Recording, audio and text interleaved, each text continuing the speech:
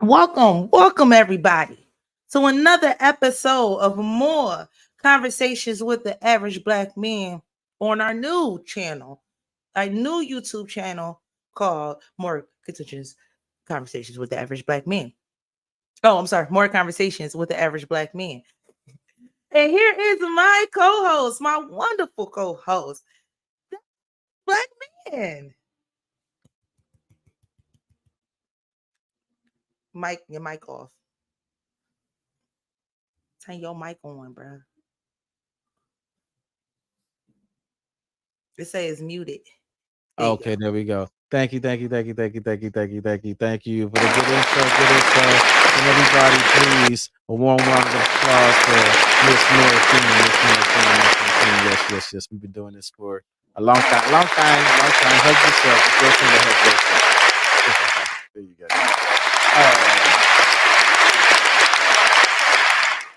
All right, so I'm over here today. You got the banner popping. Today we gonna talk about this. Okay, Yeah. good. Thank you. We're gonna talk about this good feminism topic. Is it pro woman or anti man? And we're gonna go through all the waves as quickly as we can. Hopefully, we can get through it in like in 30 to 45 minutes. Hour tops, and then we're gonna have the callers come up. Let me take this. Let me grab this right here. And where is it? Copy. I'm gonna put this so you can share it. What's going on? There we go. So that's the show right there on YouTube. So you can share it too. And we can drop it in a few different places. And we can get started on this feminism show because my stance on this is that feminism of today, this current wave as of today, is not what feminism is at its heart and its core. Not at all. I Mm-hmm. don't know. Mm-hmm. I don't know what it is now, but I know it is not. I done spent the last few weeks digging hard through all the waves. You know what I mean? Like really looking to figure out what's going on with what feminism is and Mm-hmm. the trials and tribulations of each individual wave and all of that jazz. And when you look at those things, and do you look at right now, that's not what it is. Mm-hmm.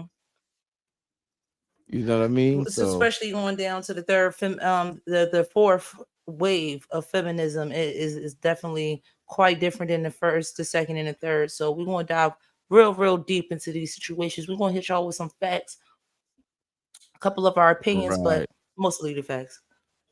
right. And that's my whole argument is that this fourth wave feminism that's rolling around now, that's the one that it appears from the outside looking in, because there's not a lot of information on it that's to be found. But from the outside looking in, that's the one that looks like it's anti-man. You know what I mean? It doesn't. Mm-hmm. It's not looking like it's about equality at all. So what we're gonna do first and foremost is what is this? I want to pull up the definition. Let's define through the dictionary what exactly is feminism. All right. So this Mm-hmm. Merriam-Webster's right here. This is Merriam-Webster's right here. Let me take this overlay off. It's in the way. So feminism, noun, Mm-hmm. politics, the belief that women should be allowed the same rights, power, and opportunities as men and be treated in the same way, or the set of activities intended to achieve this state, Say that right? one more again. One more again for the people in the back. I said Say it. it says feminism is a noun, Mm-hmm. political, politics, the belief Mm-hmm. Women should be allowed to have the same rights, power, and opportunities as men and be treated in the same way, or the set of activities intended to achieve this. Hey, hey, hey, everybody in the comments. Hey everybody.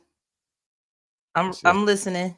I know on camera it looked like I'm just staring, but I'm sharing our stuff.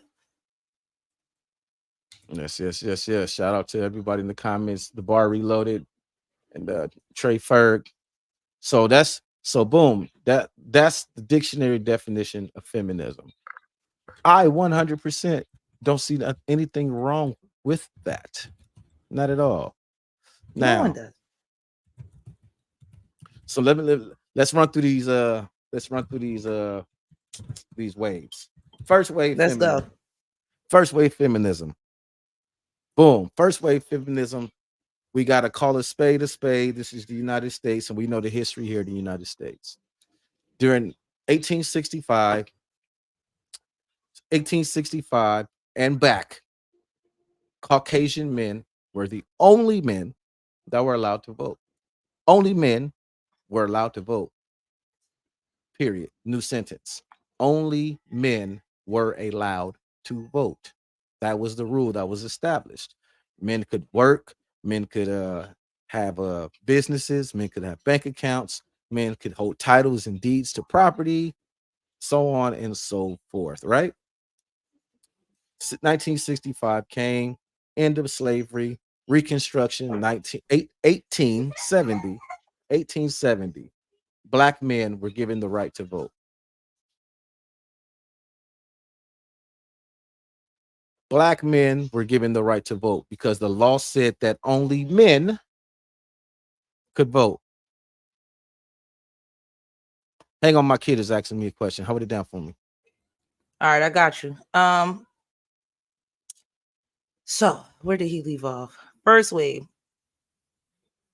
Well, Okay, I'm I'm gonna go back. with this. So only All right, men. I'm like, The I didn't law even get to said, say nothing. yeah, that only men could vote. So, 1870, black men were allowed to vote. Keep in mind, this is during the time where black people were seen as animals and all of that type of stuff. So the the the the other man's I'm trying not to get his YouTube flag, you know what I'm saying, but white men, forget it. White men were Yeah. allowed to Just vote, and when they gave black men the right to vote, white women were like, oh my God. How so come we get the right to vote? how How could can you you give give those them? no listen, how could you give those N words the Yeah. right to vote before us? They're Yeah. they're subhumans. How are they given rights to make decisions in this country that we built? This is them saying from car, and you know what I mean, Yeah. before us. And that was the start of the whole women want the right to vote. That's Yeah. his origin. It's not pretty, but that's his origin. And from that, the Hmm. organizations began to flourish from there with Elizabeth Cady Stanton, Loretta Mott, Sir Garner Truth, Ida B. Wells, the 18th century movements, the women's suffrage movement, and everything that they all fought for. I'm not here to dispute that. It was legit. Hmm. I'm not they Women were mistreated at that time in what they were asking for. And when they got those things in which they were asking for, first wave ended. Boom. Second wave, they came and they asked for a second set of stuff. Second wave feminism, 1963. Betty, 1963 to 1980s.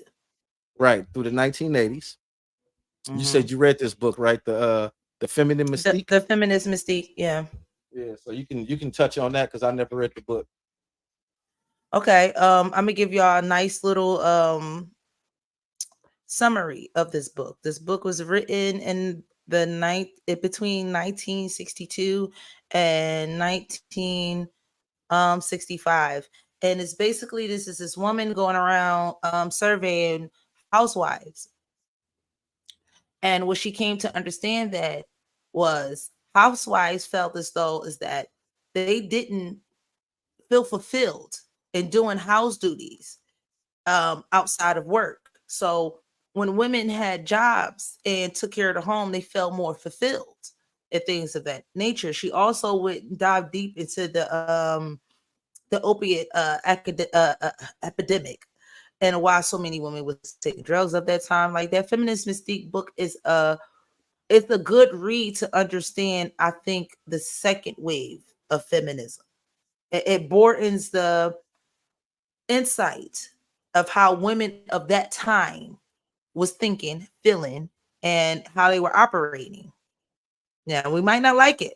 We might not agree with, the majority of women feeling this way. But in this book, in her survey, because it's a survey, I mean, it's not just some shit she pulled out of her mind and what she think. It's a survey of women that she did this with. And this is what their feelings, their experiences was. Right. And second wave women's suffrage and the second wave feminism, and they drew a lot of criticism centered around the idea of the privilege of white women. And some black women formed their own feminist organizations behind that, including the National Black Feminist Organization, NBFO. Right. And our Right, right, sources are the source we're pulling from is the History Channel. This is not pseudo judo. This is the history. This is what's documented via the History Channel. The right. historychannel.com, and you go in there and search for the feminist movement and all this will pop right up. You know, domestication and femininity was an argument they talked about. You know, they, like she said, during the World War, a lot of the men were drafted and housewives went out there and start working and feeling and began to feel fulfilled. And they began to see themselves as more than just housewives. They began to have ambition and goals. Ain't nothing wrong with that. You know what I said? Ain't nothing wrong with that. And as you know, as it went on, it talked about sexism and how women were looked at as less than men still, and they fought for that. That's when the equality concept came in, where they said we're not less than men. We're just as important as you are. Another premise of her book was, I had to bring that shit up, was that it was an assumption that women would be fulfilled in their housework and their marriage and sex lives, um, without work. That was the premise for society at that time. Like you should be happy doing housework. You should be happy um with your wife, with being married and children. You know,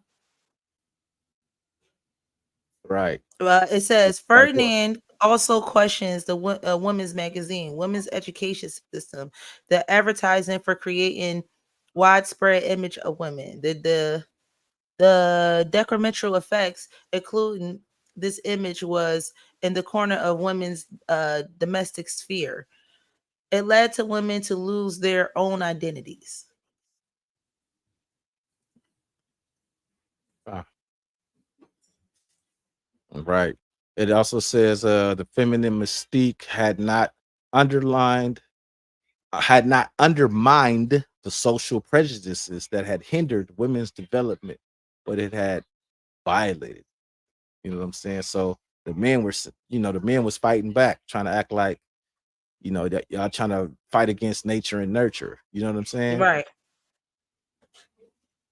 Um, You know, you say that we were trying to fight against nature and no, nurture. yeah, that was the men's argument. They was trying to fight, they were saying y'all trying to fight against nature and nurture. Like Mm-hmm. it's a woman's nature to be caring and loving and take care of children. That's why y'all have children. That's why your breasts produce milk. So that way, you're supposed to feed the baby. That's why you have breasts. Like this is God that made, back then they were super, super Christian.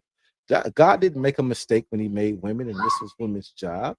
You know what I'm saying? Mm-hmm. Mm-hmm. And women were like, we're not animals to just bear your children. How dare you? That's not my They just that's not they didn't that's for some reason in a male society at that time. I'm not saying now. We're only talking about the time of the 1950s, the late 1950s to the early 1960s, where these women kept feeling unfulfilled. in their domestic duties at home because that's all the hell they were doing. The birth rate was decreasing, the average marriage was dropping, the portion of women attended college was decreasing. It was just a lot of women stuck in the house all damn day. So, um, yeah, there was that.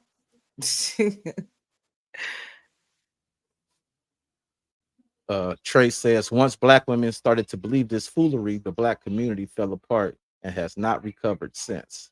Then the crack took the mothers out of the home, and now here we are. No, the crack took the fathers out of the home and women Yeah, too. and women too, but mostly the fathers.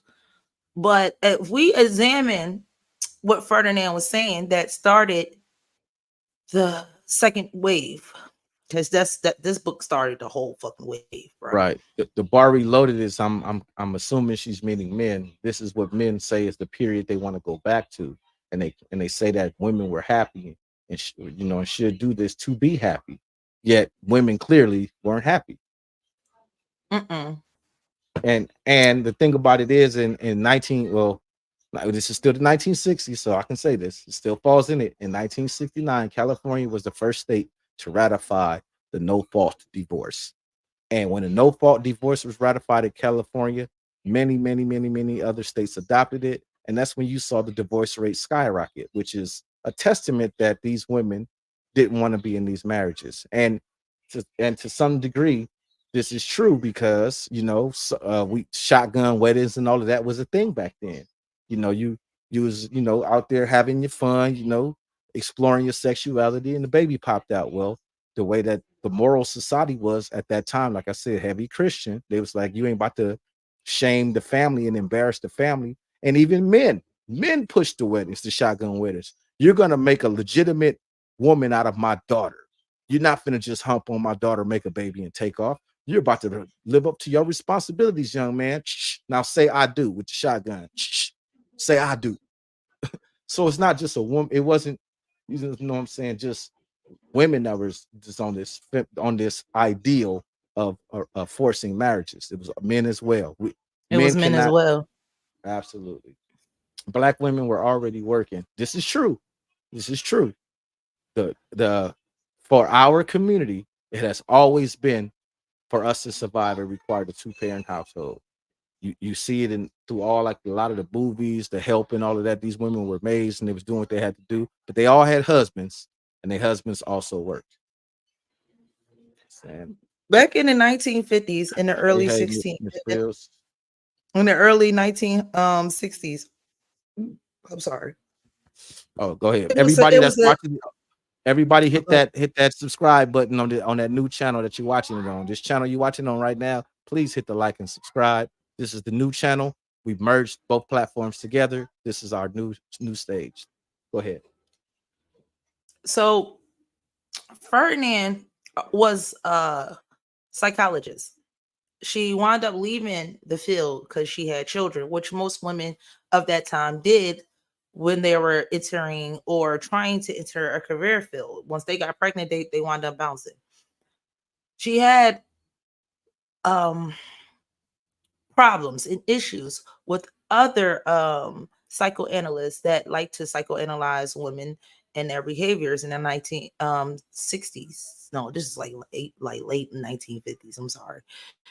She knows that this guy named Feud that wrote, his name is Sigmund Feud, Sigmund Feud, noted that she noted that he saw women as childlike and disdain to be housewives. Once wait. She saw them and he saw them as childlike and housewives. He said nature has determined woman's destiny through beauty, charm, and sweetness. Law and customs, law and custom have much loved the wife and loved that thought of a woman being dainty, being um sweet. There was there was a cult that his model in the cult for women was to be sweet. Wound up tattooing that shit on somebody's feet one time. That's a crazy another story.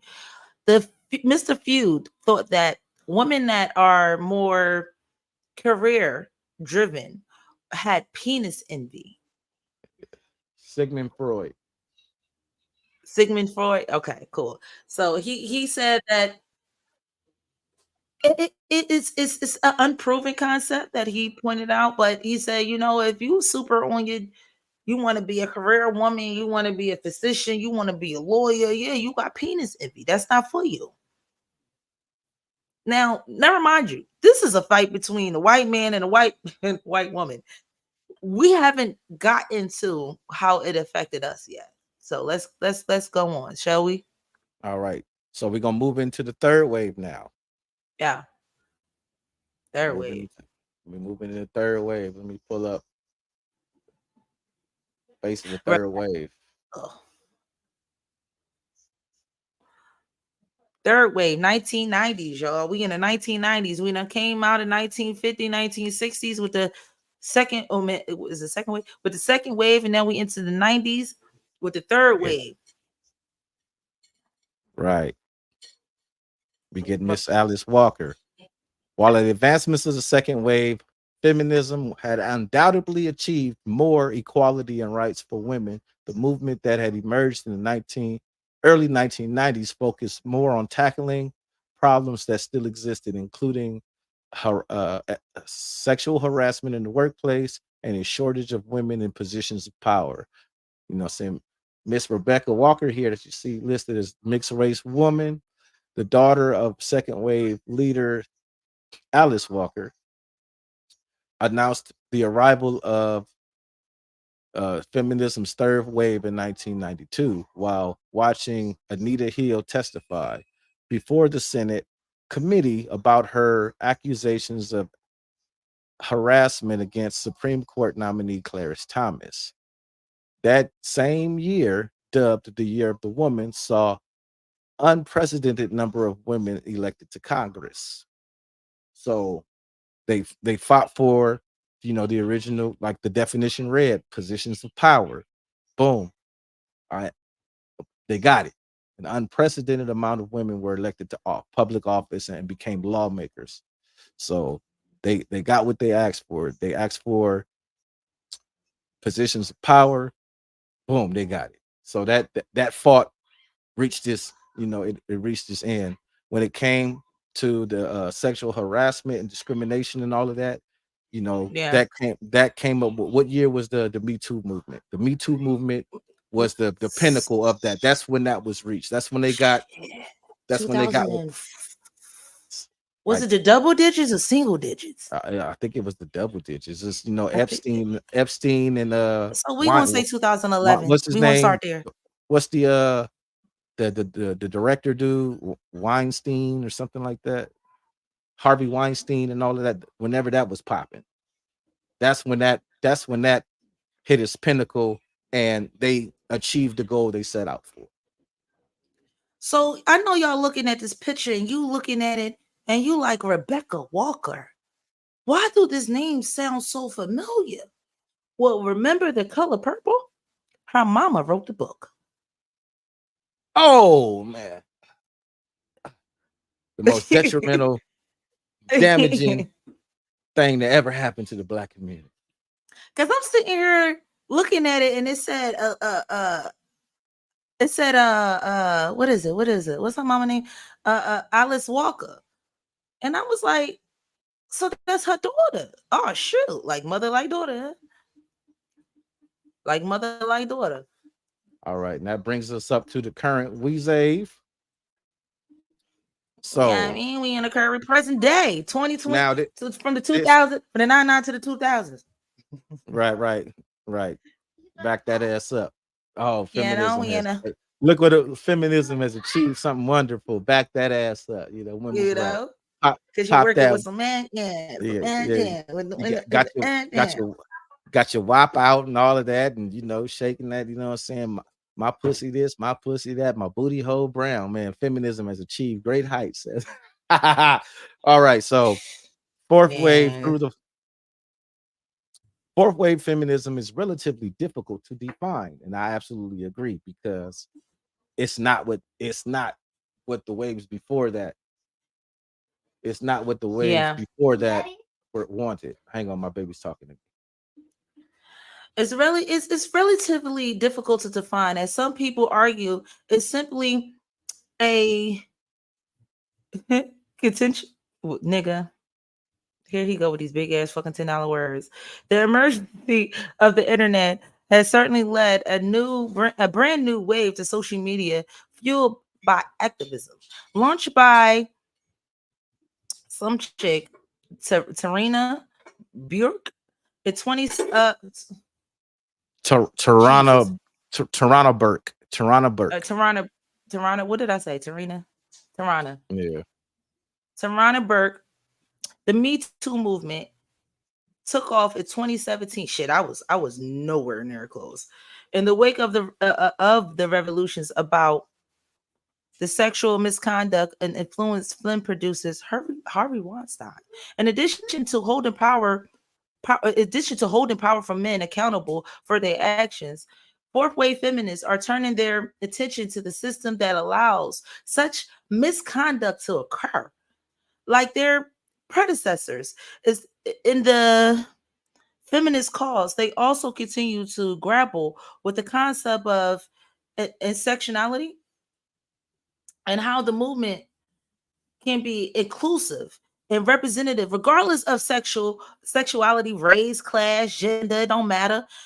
The fourth wave push to have equality outcomes. They don't care.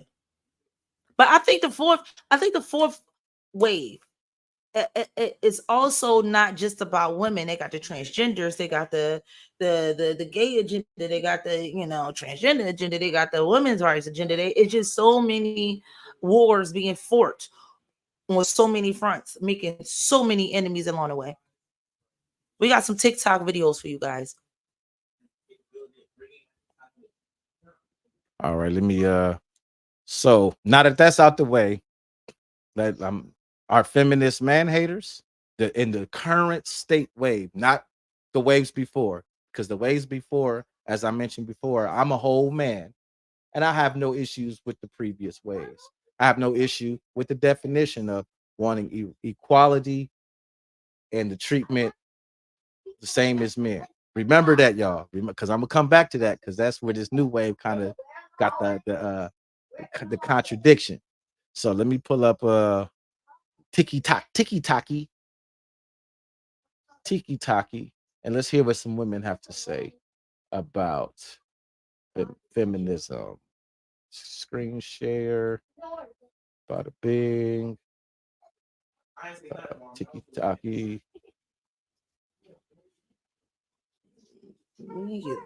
People consider me a feminist, but today I'm going to call out toxic feminism and explain to people what the difference is. Toxic feminism believes that women are above men. I just want to be treated equally. Toxic feminists feel as though it is their right to verbally or physically abuse men. Feminists think that verbal abuse and physical abuse is wrong, no matter the gender. Toxic feminism thinks that only women are the victims. Feminism does not dismiss the things men go through, but it also doesn't ignore the things that women go through. Toxic feminism demonizes men. Feminism accepts men, but understands that there are things that we as women experience that need to change, like being told we deserve something because of the way that we were dressed. Toxic feminism is sexism. Feminism isn't. Toxic feminism is harmful. Feminism is helpful. Toxic feminism for women is pretty much misogyny for men. Toxic feminism reminds me of extremism in religion. It doesn't mean the foundation's bad, it just means there's assholes in it that give the rest of us a bad name.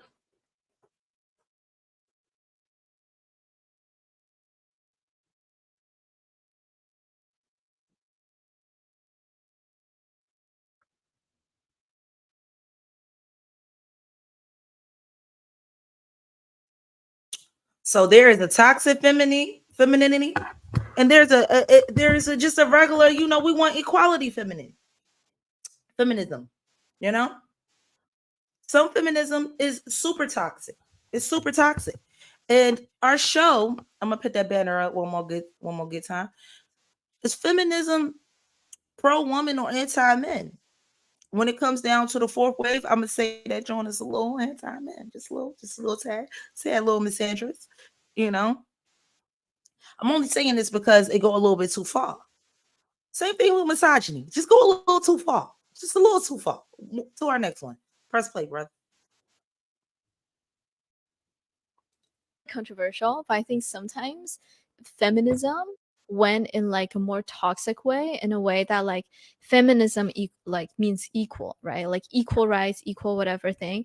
But sometimes because people like are trying to emphasize on the empowerment too much, I think a lot of the girls like are bashing down on guys, saying that like, oh, we are better than guys, even though the entire concept is they're just equal. So many girls are like that. You know what I mean? They'll be asked questions like Yeah. either by friends or on the street. Like I've seen so many of these online where it's like they ask the girl about feminism and they're like, do you think men are better than women? And they're like, no. Do you think women are better than men? Yeah. And they just start like putting It's themselves too higher. much. It's Yeah. too much. Yeah, sometimes. And I get that like sometimes like for girls, because they've been looked down or like seen as less capable, that they have to do like the extra mile, but that doesn't mean that you should treat like guys in such a low place, you know? I think a lot of times now it's very much like a me versus you type of thing instead of Yeah. us versus It's not, what is- yeah.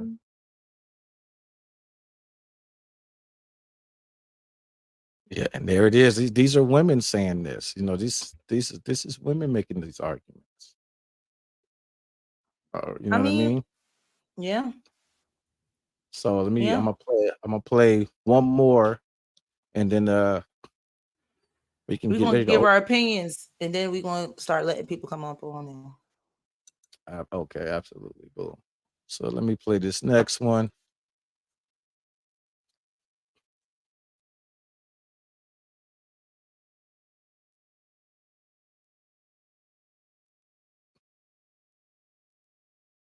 It is totally okay that you don't want children. It is totally okay that you do not want to depend on a man. It is totally okay that you do not want a family. But what you don't get to do is attack the nuclear family. What you don't get to do is demonize masculinity because you don't know how to be in a copacetic balance and harmony with it. See, all of us that want a family, we understand that societies thrive when there's two healthy parents that can create a healthy masculine and feminine balance in the home. If you are a true feminist, you would be teaching and influencing women to honor their femininity so that they don't feel like masculinity is an attack. Boom. Boom. I wish you see my sound effects messed up earlier. I would have had the dynamite. Boom. You know what I'm saying? But I have to do this for now. Tim. Yeah. Tim. Yes. Opinions on first wave feminism. Let's look to this one. Opinion on first wave feminism. I really don't have an issue with first wave feminism, other than its conception being based in racism. But outside of that, I don't see nothing is really wrong with first wave feminism. I think that it's like it's on the surface level, because the reason why back then that men were the only ones allowed to vote is because like a stipulation of voting was you had to be serving the armed forces, and back then women couldn't serve enough armed forces. Men had to be drafted and go fight the wars and all of that. So there's that caveat, but from a surface level, I don't think first wave feminism really was anti-men. It was more, like I said, it was more from a racist thing. Well, hey, if you're going to give this group of men this, then give women, hey, give us that too. And then the black woman was like, hey, yeah, that's right, because before I'm black, I'm a woman too. So all of that came in there. What is your thoughts on first wave? My thoughts on first wave was, I think it was totally racial driven, because I'm not going to say black women wasn't thinking about the right to vote. We just wanted our men to get in there first. Like, we just was happy that we could vote. Like, let's just be real. When we took it as black men got a right to vote, we took it as we got a right to vote. That's just how we took it. Now, we never really thought about the numbers game in that shit. I will say that. we ain't think about how many black men there are versus how many black women there are. Meaning, like we fucked around. If we would have let just men vote, we always outvoted. There's that. That was why that was important for us as a black community, for the women to vote. I never took it as, well, the white woman said she wanted to vote, and I was like, I want to too. I always thought that black women of that time, of the 1920s and 30s, I always thought they would want to vote so they could have the higher numbers in votes. Like they could, so they could compete in the voting game as a race. I just thought that was the more logic situation. So, Timotheus, thoughts on second wave feminism? Wave. Yeah, second wave feminism. Hey, God, give me just a sec. Oh, get with it, because I was ready. It's ready. Fire, rapid fire. Bop, bop, bop, bop, bop. I Okay. was ready. Could you repeat that again? I'm sorry, I got distracted. Second opinion. I mean, your second opinion on Second second wave. wave feminism. What's your opinion on that? Second wave feminism. I don't disagree because there was abuse that women were experiencing. I can't deny that, women were being abused, and Mhm. I don't think that it was it was at the forefront the way it's being portrayed, as if this is just men are innately violent and abusive to women. I don't agree with that at all, but I do agree that you shouldn't be beating on women just because you come home and your dinner's cold. You know what I mean? Because that's how it was back then in those times. Through the 60s and 70s, the 40s, 50s, and 60s. Men would come home from work and they would want a hot meal at the ready. But but I do think that the color purple was damaging, because that to this day it's used as an shit. You know what I mean? And I disagree with that. Your thoughts? My thoughts on second wave feminism is, here's my thoughts. Second wave feminism, because I did read the book. Like, I think I read it at least twice, because the first time I was like, okay, a lot of things was going over my mind, because over my head, because I couldn't relate to the shit. So once I started, actually listening to the book, see, reading and listening is totally two different things. So once I started listening to the book, and I started listening to some of the ladies' letters that they wrote to Ferdinand, or whatever that lady's name is, I listened to those, because that was not in the book. Okay, I will say that the auto book and the regular book is totally two different things. They read totally two different ways. She had letters and shit. I was like, you bitch, you had letters in your damn book. Anyway, with understanding that a lot more, I think that these women were very, very, very unfulfilled. They were they wasn't happy just doing that, and to have a lifestyle where you have no other options but this, but the opposite sex and everybody else around you have all these fucking options, would make you feel a little blue. It would make you feel a little sad, a little depressed. um Not having any other, like having talents, having skills that you never could use because you're a woman, having talents, having skills that you never could use because it's considered manly, masculine. I can't imagine. I can't imagine the singers of today not being able to sing, not being able to play the piano, not being able to be a lawyer, not being able to be a doctor, because society still had that stigma. And then when it came down to the color purple, and this the message and the image that it, well, not the message, but the imagery that it put out, I'm gonna say this. I ain't gonna say every because that's a broad generation, a broad generalization, and that's a blanket statement. I don't want to put that out there. I'm gonna say a lot of our celebrity singers, R&B singers, from male to female, back then, did come from a lot of abuse, whether it was sexually, physically. It was a lot of that going on. So is Billie Holiday a lie? Is Mahalia Jackson a lie? Aretha Franklin a lie? James Brown a lie? Sam Cooke a lie? Uh, what's that? What's the dude? Little Richard. A lot of the people we look up to as R&B greats were abused, bro. Sis, they were abused. Not by the stepdad neither, and not by only dad neither. This was something in the black community. Now, one thing that the Color Purple didn't show was the contrast of how women are, how women could be as devilish as men at that time. Like that Billie Holiday story. She grew up in a whorehouse. I wonder how many people got that damn story. I wonder. Because that's not how daddy fought. That's how mama's fault. It's mama's fault, people. So it was a lot of shit in the black community back then. We only like the things that make us look good. We only like the things that make our skin look more shiny.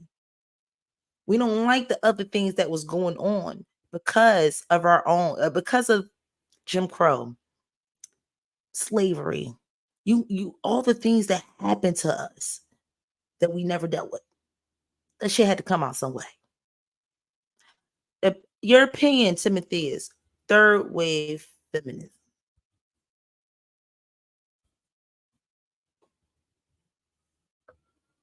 Third wave feminism and the whole harassment thing, and I can dig that.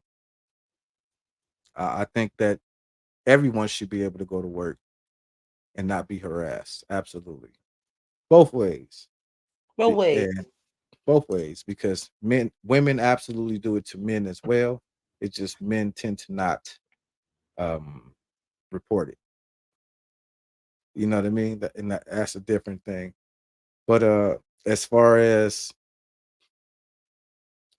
just being able to function in society, to not go on an interview and the hiring person is like, okay, you got to bust it open if you want this job. I don't think that type of stuff is fair. The Harvey Weinstein and all of that type of stuff, Yeah. that's absolutely unacceptable. So, like I said, with the previous waves, I take no issue. The only issue that I Yeah, go stand on dive into the firmly fourth wave. Yeah. is the fourth wave. Okay, and your thoughts on the third? That was my thoughts on the third. My thoughts on the third, my thoughts on the third and my thoughts on the second are the same. Because without the second, there is no third. The second gave birth to women actually going to the workplace to actually get sexually harassed. What the fuck, baby? If she wasn't there, she wouldn't have got sexually harassed, would she? So there we got that. I'm not saying that she shouldn't have been there. I'm just saying if she wouldn't have been there, she wouldn't even knew of anything called sexual harassment. There wouldn't have been a such word or such terminology. So as we evolutionize in this damn feminism thing, we done found out a whole new situation that affects not only just women, but men too, because y'all don't say nothing when you're being sexually harassed by women that you don't like. When you get sexually harassed by your old ass boss, that old lady with them wrinkles that just keep, slapping you on your butt, being a little too friendly, always want to give you a hug all the time. So, you know, you it's a two-way street to me. For morphine always try to be fair, man. I'm not a feminist. Or I am a feminist. I guess you would say I am a feminist because I am fair. I try to be equal. I want if it's bad for you, it's bad for me. If it's bad for me, then it's bad for you. I can't be touching on you. You can't be touching on me. And like I said before, we cannot ignore that these things were happening in our community. I don't know about anybody else's community. We already know them white men was beating the shit out them white women. We already know that because we don't gotta talk about that. But I'm just saying, in our community, it was it was some things, man. It was some things from the second to the third, and I mean, it was some things. Let's go to the fourth. The fourth, my opinion about the fourth. The fourth. Oh, No, the your opinions first. What's your opinion about the the, first? The the fourth. fourth is the fourth, and this is my opinion. Emphasis on my opinion. The fourth contradicts all the stuff from the for the previous waves. It's like Mm. everything. It's like all the rights that they fought for. They want to have those protections, but not do what's the things that society would seem. They want to rewrite morality because absolutely, I 100% agree that if it's 105 degrees outside on a summer and a chick goes outside wearing some little bitty shorts and the crop top, that she should not have to deal with people touching her. That is unacceptable. But saying things, Mhm. but saying looking and saying compliments, that should never be demonized and seen as toxic. It is, you cannot toxify biology. It is me as a heterosexual male. I am by nature, by biology, my genetic makeup, every single cell in my fiber of my being is attracted to women. And if you are an attractive woman and you come outside wearing something, even though it's hot, I get it, but it's gonna be appealing to me, then I'm gonna look and be like, ooh, ah, achika, mama say, mama sa, mama maku sa. You know what I'm saying? You know what I mean? So Yeah, that's I that's just get you. what it is. That's just what it is. Like, and vice versa, because women do it to men too. And the caveat to that is that it's only a problem when it's someone that the individual is not attracted to. Same with the harassment in Mm. the work. Same with the harassment in the workplace. If it's a dude that the fat dude with the bumps on his back of his neck, because you know what I mean. He got keloids in the back of his neck because he ain't supposed to be shaving with a razor, and he got that. He always sweating, even though the AC is on and it's 28 degrees inside the building, but he's still sweating. And he like, "Good morning, beautiful. You look nice today." I get it. But at the same time, if it's that handsome Idris Elba dude at the job doing that, oh, it's not a problem then. And that happens to men in the workplace too. Just like I said earlier, men don't report it. We got them Yeah, very unattractive women that do the same thing. Hey Tim, oh, you looking nice, you smell good. And those women touch men too. Oh, I like your outfit. This is nice. All my life I've had long hair, and women say I have pretty hair. They walk, oh, your hair, and they touch me. Your hair is so pretty. It's so soft. It's like, if that was in reverse, and a man was to touch a woman like that, it's a whole problem. All right, and yeah. I land the plane. We gave our opinions about the show. I'm gonna turn the floor over to the panel. I hope you guys watched, because you know how we do our shows. You gotta watch it first, so you can understand what we're talking about. Today's topic is feminism pro. Is feminism pro woman or is it anti men? We talked from the first wave all the way to the fourth. So, what are y'all opinions? One wave at a time. Who we gonna start with? Well, I'll start because I've been watching, and I have to say that Timotheus, he hit everything dead on as to how I feel. Like the first, second, and third, they were more about, just being treated equally, being treated as a human being. Being able to vote, being able to go into the workplace without feeling like you're because you're a woman, um, you know, that it's okay to be sexually harassed and things of that nature. So everything that he said, I pretty much 100% agree on. I don't subscribe to feminism. They can keep that. This fourth wave is crazy. And I like the videos that you guys, the 3 videos that you guys Oh, what happened to her? equality I started typing and she's. Oh, there we go. and be treated fairly. But now we've turned it into this thing where it's I'm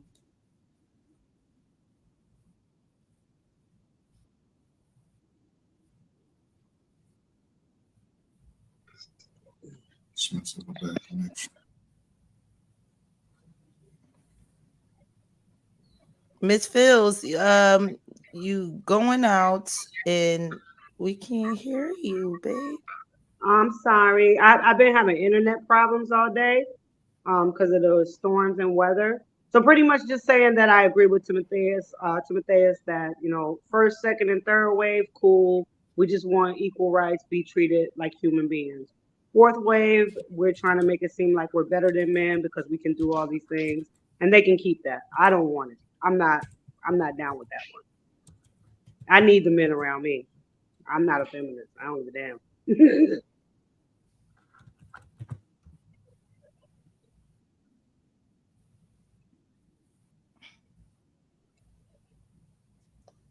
Next, anybody? Yep. Trey. Y'all jump in next. Ready? Right on.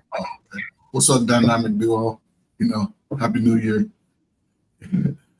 You know, I like coming on your panel because it's always good discussions. Now, We break it to you every time. Every I saw time, my baby. We break it. comments. I sort of just strike it through my own life experience as a young kid, living in the projects for a short period of time, having to move out of the projects because my mother would not give up my father. They were married, so they had to make a decision to move us to a house, and seeing all of my best friends and some of the best women ever raise those children in those projects. It was a different time. It seemed like from those adults and the women before them coming out of the post-slavery early 1900s, and the way the community was sort of forced to be together. You know, from that 100 years we got from slavery, we were sort of forced in that dynamic going through Jim Crow. You know, you couldn't go to certain neighborhoods, couldn't go certain places after dark, is what they say. Street lights, sun go down, you better be in your part of town. And then just in my experience, seeing how my grandparents moved and how they operated, always respected themselves, respected their community, owned homes. Everybody was invested into the community. You could correct a child that lived 4 or 5 houses down on your block, and having that experience. And everything was, you know, moving along pretty smooth. We had 100 good years of that. You know, Black people were building and creating their own lane as far as within society. And then Jim Bob and was, you know, slapping Becky around a little too much.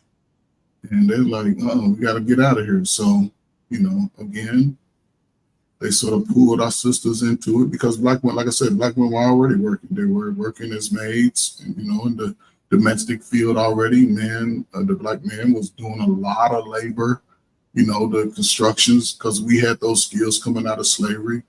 If you go look, I think we invented at least 70 or 80 things that we still use today as slaves and coming right out of slavery. So it's unique that those people, no education, couldn't read, invented way more stuff than us loud talking, mostly talking people do today with all this great technology. And then and I'm just gonna move it along, and then coming up, you know, as a young man, seeing when crack sort of feminism took the fathers out the home, because, you know, if you had to, like you say, you couldn't have a father in home on welfare. And that's why fathers could have families on 2 sides of town, because first part of the month, the social worker would come to this side of town. Second half a month, she would go to the other side, so fathers could bounce back and forth, and you never knew until like, oh man, he got 16 kids, 2 different families. So Okay. that was that dynamic. And now, and people still survive. We were still thriving. Nobody, people were avoiding a lot of the pitfalls because we understood. Then we went to a time when everybody wanted to be pro-Black and do their thing, and college enrollment went up. People were coming out, getting into the workforce, living their lives off of 40,000. And then crack came in and took the mother out the home. Fathers was already out the home. So once they took the mothers out the home, we have a generation that was pretty much raising themselves and sort of repeating a lot of the things that we were fighting against. And now here we are in this new way. The dynamic is that now they've sort of added the alphabet community into this feminist movement, which is essentially men. So those people will start getting women excluded out of certain positions. I think feminism today, as far as is it anti-man? Put that dope in there? What was that? Is it pro-women or anti-man? Pro-woman I think and it's anti-man, baby. anti-man. I think it's anti-man. Men would never exclude women. I don't think us as colored men, we wouldn't have never want to exclude women from being into the workforce and making money. It's just that we want it to be part of the family dynamic. And where the women fall short is that they want to exclude us when it comes to the financial part of it, but have us included in everything else. And that'll never work. That'll never build a community. That'll never sustain families going into the future, because it's going to go from anti-man to anti-women and men as we go into our future with the alphabet community, because they're going to push the women out.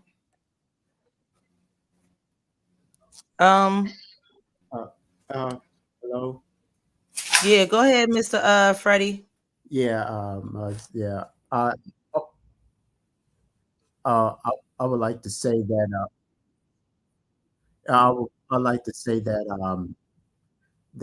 With the male, I know the male, single male in the family home feels like down and depressed, but just look at the opposite sex of the single woman, that single mother in the family, as working as a single household, may feel to have those same feelings too. So it's not just one shoe on one foot. You have to look at both sides of the spectrum. So I think this is the problem within our society, especially within the Black community, is understanding that it's feminism. It's like, so I would agree that feminism is like really looking at both sides of the opposite sex. As we both have feelings, what I'm saying, obviously, but like as the Bible says in Genesis 1 verse 26, it said God created male and he created help me out of his side. And so the wife is supposed to support the male, but also the male is supposed to support the wife. So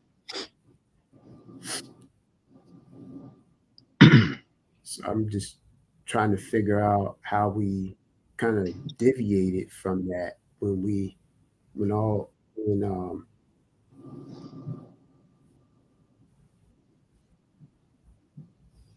mean, Can I say something, guys? How y'all doing this evening? bless. Good evening. Right Right on. Go ahead, Paul. Welcome, Paul.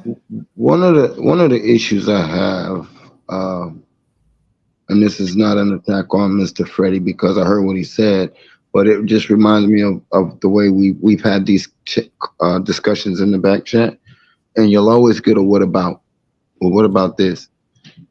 It's like if we talk about what women go through, right? Well, let's say you guys do a show about what women go through and how they feel. Mm-hmm. The next day you do a show about what men go through and what they feel. You're gonna have somebody come in and say, but what about when women? You're always gonna get this what about ism. I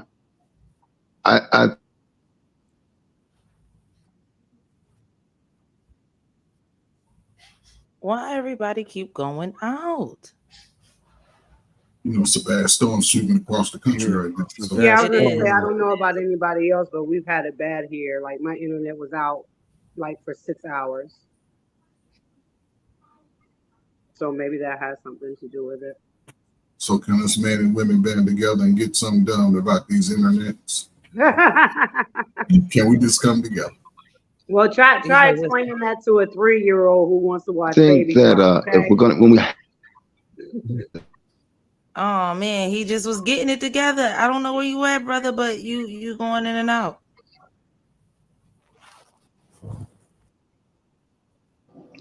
hello. There you go. I can hear you. We can hear you now.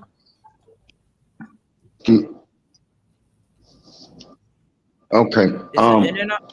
So There we go. There as we go. I'm in and out. No, you good now. Oh, okay. What I was saying is that the title of the show is pro woman or anti man or anti male, or is it anti man? Anyway, ooh, ooh, I'm just really curious about some things that, or something that one of the ladies in the video. There's always a video where a woman who's a feminist is talking about, love and embracing her femininity, and then you'll have, like she said, you might have some woman coming in trying to shame her. I think maybe there's a dynamic that women might need to get together and have these real discussions, and maybe, or maybe we as a society should just understand that, like she said, you're going to have women. There's always going to be a toxic person in some kind of a group. I think Keisha, way back when you, Greg, and Denise had that other show, there was somebody made the statement about some toxic woman coming in and hiding, using feminism as a means to attack men. And that's just basically what you have that happens. And just like in the manosphere, you got all these toxic men. Well, I'm not gonna say manosphere, but anybody who is like just pro man, about being a man and taking care of a woman, and all these other things. You'll have some guy come in with this toxic idea, and then he makes the rest of us look like, we support what he would say. You understand what I'm trying to say? I hope I'm not losing anything. No, we get it. We get I it. think It goes both ways. we should just be mindful, and like, I would never attack feminism, but I would probably argue with the toxic feminist. You know what I mean? I would be at odds with, if not argue, I would be at odds with the toxic feminist, just like a woman might be at odds with the toxic male. So I think it's based, I guess we could say, based on who we're talking to and where that person is coming from. Is where and also one more thing. The elder said something about, what's his name? Mr. Michael, is it? In the corner, red shirt? His name is the player's coach. Trey Ferd. The player's coach. Okay. The player. Okay. That's what I'm Trey The elder said something about how black men would not want to not include black women, and I agree with him on that. Most black men do not want to exclude black women from making money and contributing, because especially in today's economy, it takes two. Kevin Samuels always talked about there's only a 1% or 10% of men that can pay all bills. So that's really just all I had to add for now. There was some other things, but I can't think of everything, and I don't want to take up too much airtime trying, with all the stuttering and the so I'm gonna sit back. Can I rebuttal something that Paul said? Of course. Brother Paul, welcome hold up, man. Brother Paul, I ain't no elder, man. We probably closer, man. I just got this gray beard, man. That's what working with the youth do. When you work with the youth, you I get a could little call gray. you an elder. I could say Elder All Farrell. right. What's Yeah, up, that's Neo? what. Welcome to the He welcome is to here. Him is here. Hi, Neil. All right, Mr. Jules. I heard the old Lord. I don't want you blaspheming. I am not Christ. I might look like him, but I'm not Christ. All right, let's go. So Neo, to catch you up on the show, brother. I don't know if you was watching for the first 30 minutes. This is the first 30 minutes in our show is very important because we give out all the information. We went from the first wave of feminism all the way to the fourth wave of feminism. We gave them the facts, and we at the end of the facts, we gave them our opinion as hosts. Now we open this forum up for the panelists, and panel. What's your thoughts from first wave to second to fourth wave? I'm sorry, from first wave to fourth wave. Please be in chronological order because that's confusing. Oh no, it ain't no chronology for me. It's no chronological order because the first wave was from Satan himself. First wave was from Satan himself. Absolutely. Right? So look, I'm gonna tell you like this. You know where I come from. You know how I play it, how I think, how I see it, right? So Adam and Eve, they chilling in the garden, right? Oh, like, it's gonna go there. I mean, him is here. Him is here. Lord. Oh Lord. Adam and Go Eve ahead. chilling in the garden, right? No, somebody gave this nigga some. The Satan could, the serpent, aka Satan, could have just went to Adam and said, you know what, Adam? This motherfucking fruit look pretty good, don't it? But guess what? Adam would have slapped the shit out of him. Adam would have slapped the shit out of his ass and said, the Lord my God said, don't eat from that motherfucking tree. So that serpent, he went to the weakest link. He went to that one that was going to fall for that bullshit deception. And guess what? He went to that woman. And after that, the Most High said, therefore man shall rule over thee. Because you can't handle the serpent. Adam, I'm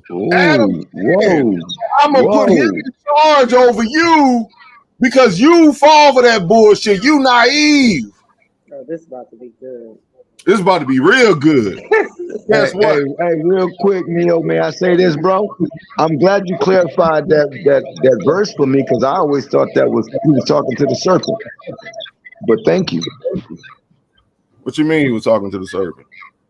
That he shall rule over you part? I thought no, that was Adam. That was man. Right. Man shall rule over thee.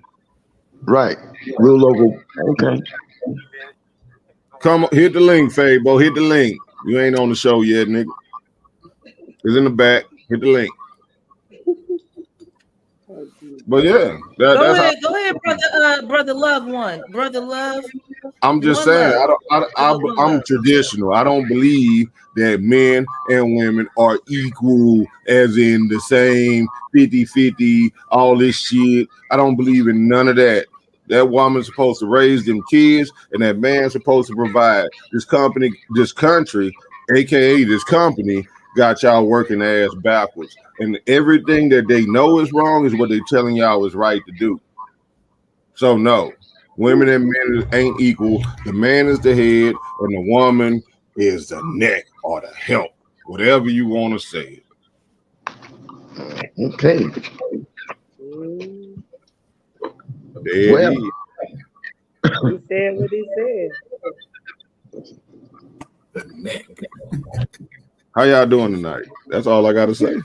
Yo, listen, we doing well tonight. We doing better that you done came up on here and put the Lord into some of these situations.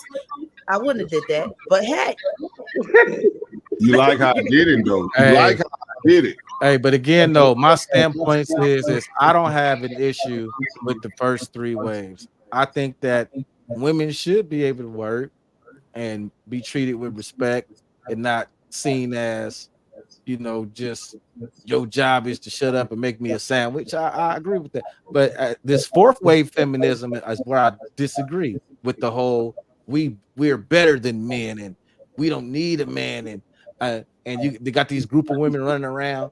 Yeah, we just look at the stats. We the number one educated. We doing this. These men ain't here. I ain't doing nothing. that's Well, would you agree that we got here through a process? Because you just named it. Yes, So I'm sir. just asking.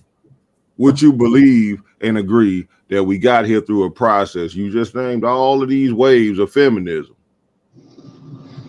So once again, would you agree that it was a process that got us here?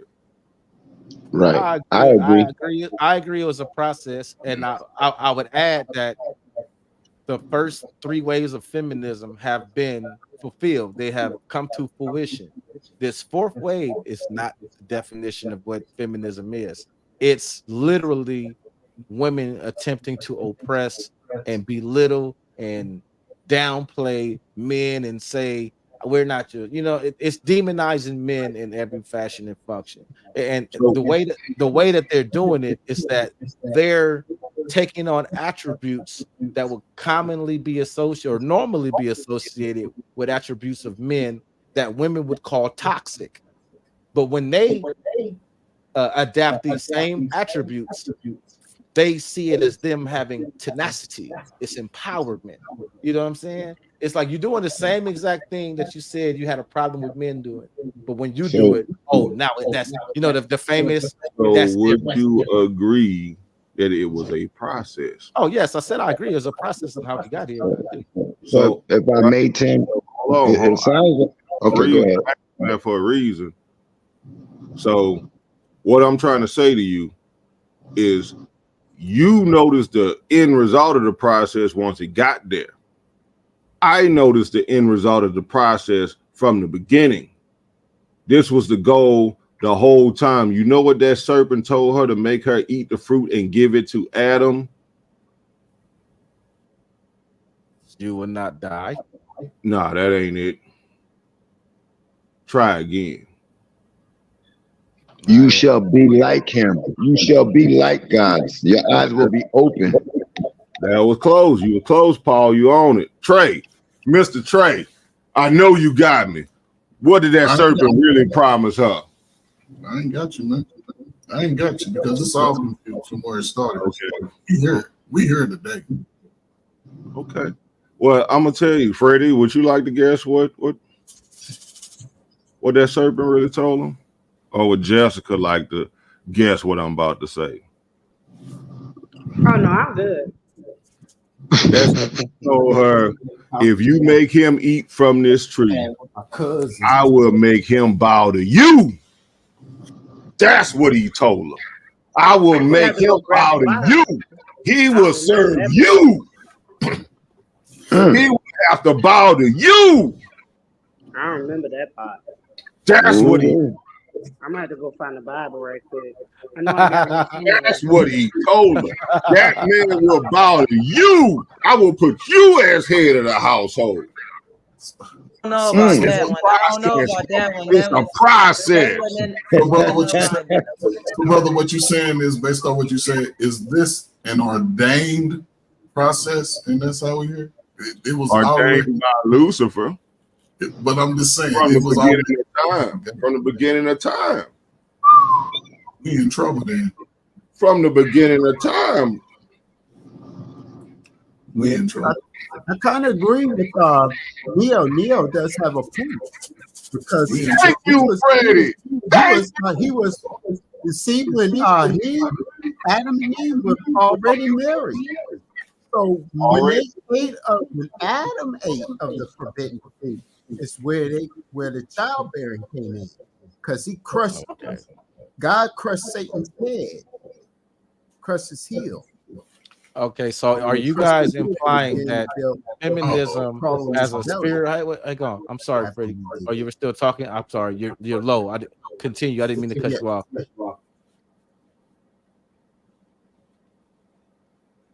No, you were low. I couldn't hear you. were talking. My apologies. Go ahead and continue. Yeah, like a he YouTube was on the like back. he made Neil made an excellent point that it was because in the beginning they were both married. Yeah. Mute You your know mic, what I'm Neil. saying? When God took that rib out of Adam's side, he made for him a woman. So marriage was already instituted from the very beginning. But it wasn't until because God gave Adam and Eve a choice. You can eat of any fruit of the garden except from the tree of the knowledge of good and evil. One, Eve ate of the fruit, forbidden fruit. Nothing happened. Two, when Adam ate, that's when they got separated and noticed that they were naked. So they went in and made for them leaves of clothing. So that's a sin issue. And God crushed Satan's head when he put that issue in, made him. Okay, so That's all. what you guys are implying is that feminism as an organization was preordained through Satan by whispering in the woman's ear all those thousands of years ago and got the ball rolling. And when white men gave black men the right to vote, was the opportunity that women saw to take to to put the plan in motion. White women, Right. White, black women right, weren't included in that's that. right. That white women was like, you know what? Now is the time to strike. And then they wanted to get more numbers, so what they do, they appeal to black women. They fed all black women all their foolishness, all that color purple mess that every black woman spews now.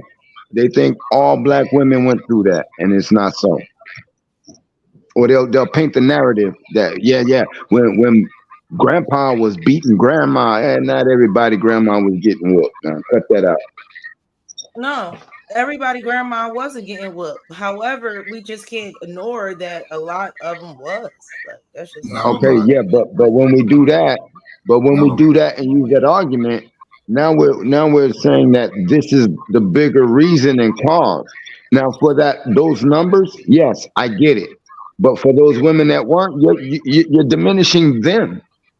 It's like if a The woman women that says, wasn't what? hold on, wait a minute. It's like when a woman says, I'm happy with my husband. You got that woman that's disgruntled talking about, yeah, but what about the man that did me? Like, what is she supposed to do? Be mad at her husband because another man whooped on another woman? Yeah, Now she got to be mad at her husband? they hit each other with Come the on, guilt trip. They call come each on, other man. stupid on the slick. I Like, mean, girl, you listen, better than me. I on the couldn't do it. on the flip side though, if a guy is doing things for his woman and he's showing gifts, you've seen this in the male groups. He's showing He's a simp. acts of appreciation, and he a simp, he a this, he a that. So, This like is I But said, another to men, be one. fair, to be but men fair, don't to fall be for that. fair, But But this is men they don't do. another. fall for that. They're like, For yeah, that. For that. yeah, they do. Yes, they do. No, Yes, they do. no, no And man, in no man who 2024, is they do. no, That's a new no. phenomenon. I don't You know know, any man that has allowed other men to make him feel stupid for loving his woman and taking care of her. I don't know any No, man that does that. and no, see what's interesting is by bringing that up, that's kind of the other side of the argument to this topic is, is the manosphere really anti-woman or is it pro-man type thing? That sounds like a whole nother show we need to do. You know what I mean? Mhm. Because but, because but that's you kind gotta of a look at. At least my brother No, I'm Timothy sorry. is gonna I'm understand sorry. that I'm sorry, bro. No, My no, I brother was gonna say I'm Timothy, sorry. oh, my brother Timothy is gonna understand that we see it. It's not just we can't say oh only in the KS groups, man. When there is a group just for men and they get to talking like the barbershop, you start hearing the little trying to chump the bull for like doing things that he love his wife to do. Even in our back chat, they do it. Come on now. Like, it's like, well, what she do for you? What she do? You know, like And it this goes is a both new ways. I'm not phenomenon, denying though. that women do that, though. I'm not denying that. I just want to put that out. This And this this I'll add as a stay-at-home mom and wife, there have been a lot of times where certain men have said something as far as like he does too much. So you mean to tell me you single don't man. work, you don't pay no bills. So what is it that you do? And in a nutshell, pretty much kind of try to label him a simp. Like he pedestals Single me. man. but does So Single it your does man. husband? happen. But does your the thing I'm saying is most men don't fall for it. Does that cause a problem with you and your husband? Hell no. Probably Like not. that, when I tell him about it, he'd be like, "Well, I'm a simp then. I don't care. I love my Exactly. wife. See my Stop point? begging Because me." he's a You see husband. my point? Paul's proving his point. But okay, so help me out. Maybe I'm just behind on the times, and I've always been a proponent of African American history. That's all I really focused on. So, and I had this conversation with some friends a couple of weeks ago. So, from the time slavery ended, 1865. Now we got the 1965. We had 100 years of where we were pretty much forced to be together and love each other. We were forced in that capacity. So y'all mean to tell me that once Jim Crow beat us down, the brother scrapping for a position on the really couldn't work too many jobs, maybe at a lumber yard, doing a whole lot of manual, dangerous work. So you mean to tell me these brothers were coming home and then they were going upside their women's heads, and these women were just out here in destitute because they help me understand that. But then That's the narrative. That's the narrative. So I'm sorry. we had the strongest families in any race during that time. The strongest family. We had great grandmama all the way down to the 6-week-old. We had 4 or 5 generations of families. You mean tell me these people? Show me the stories where grandma was sitting around, great grandmama. I ain't talking about no 50-year-old grandmama. I'm talking about that 115-year-old grandma. I'm talking about, yeah, y'all granddaddy used to go upside my head. And that's how all y'all born. This is just a new phenomenon. This stuff wasn't happening. Like, to me, I never saw it. I didn't see it. My daddy might have grunted a little bit and said a little crazy stuff, but he wasn't going upside my mama's head.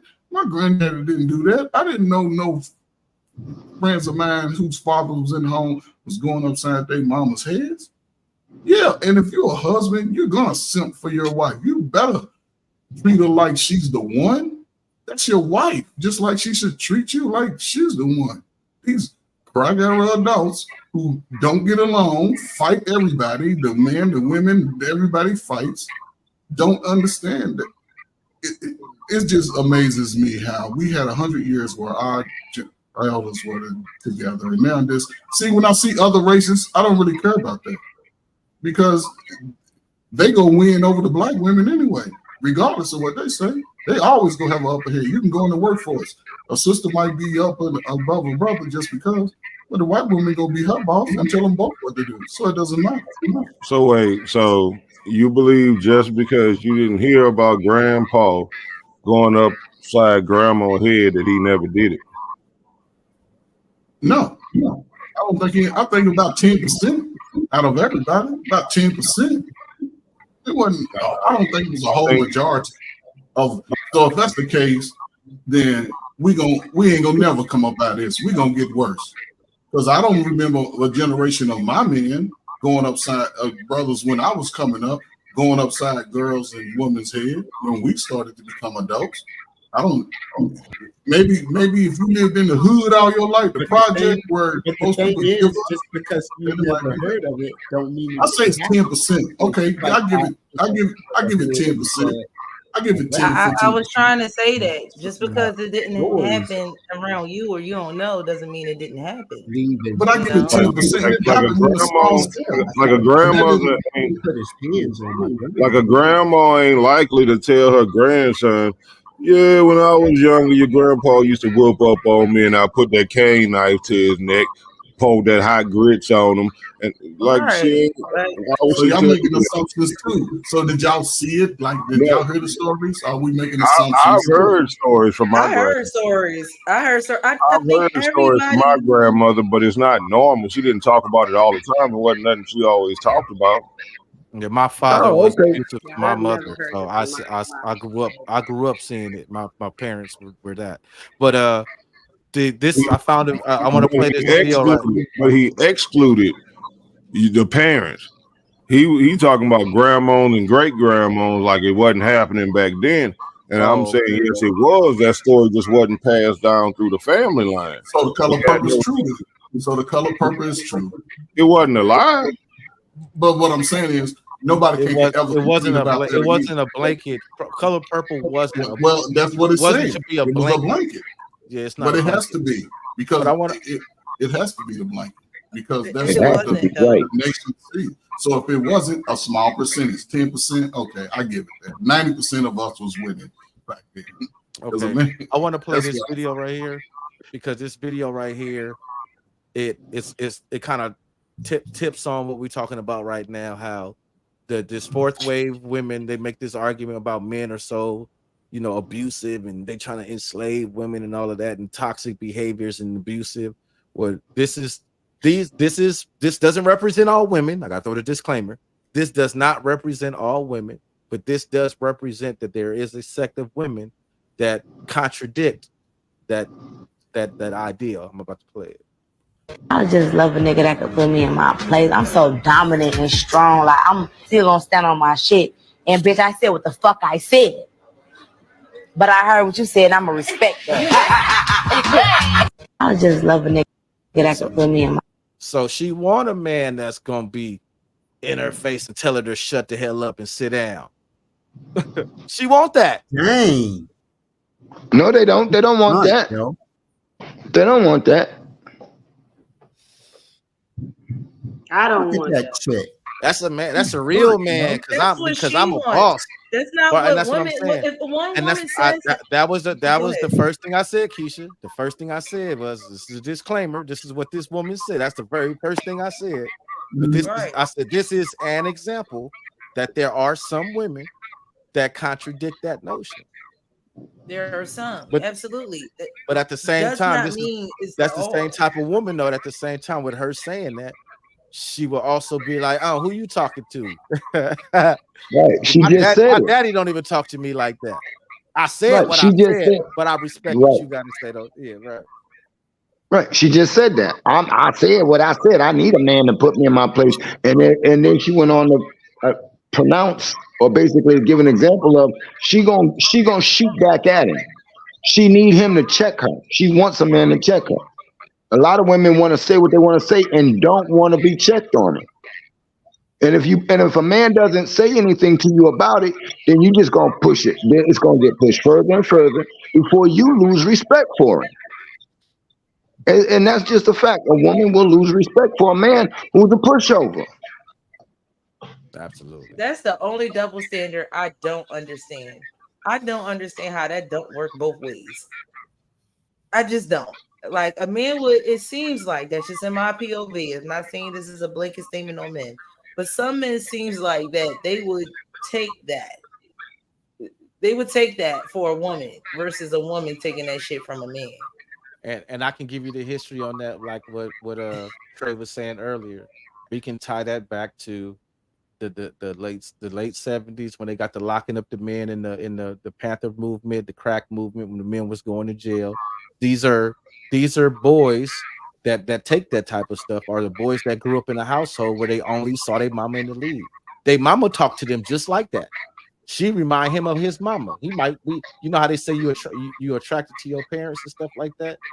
That's why there are some men that come up that deal with that because she act like my mama. This is the way it's supposed to be. This is the only example I've ever seen. This is the only example of a woman I've ever seen in real life. I could see that. Yeah, I could totally understand that. See, these are the conversations I want people to have.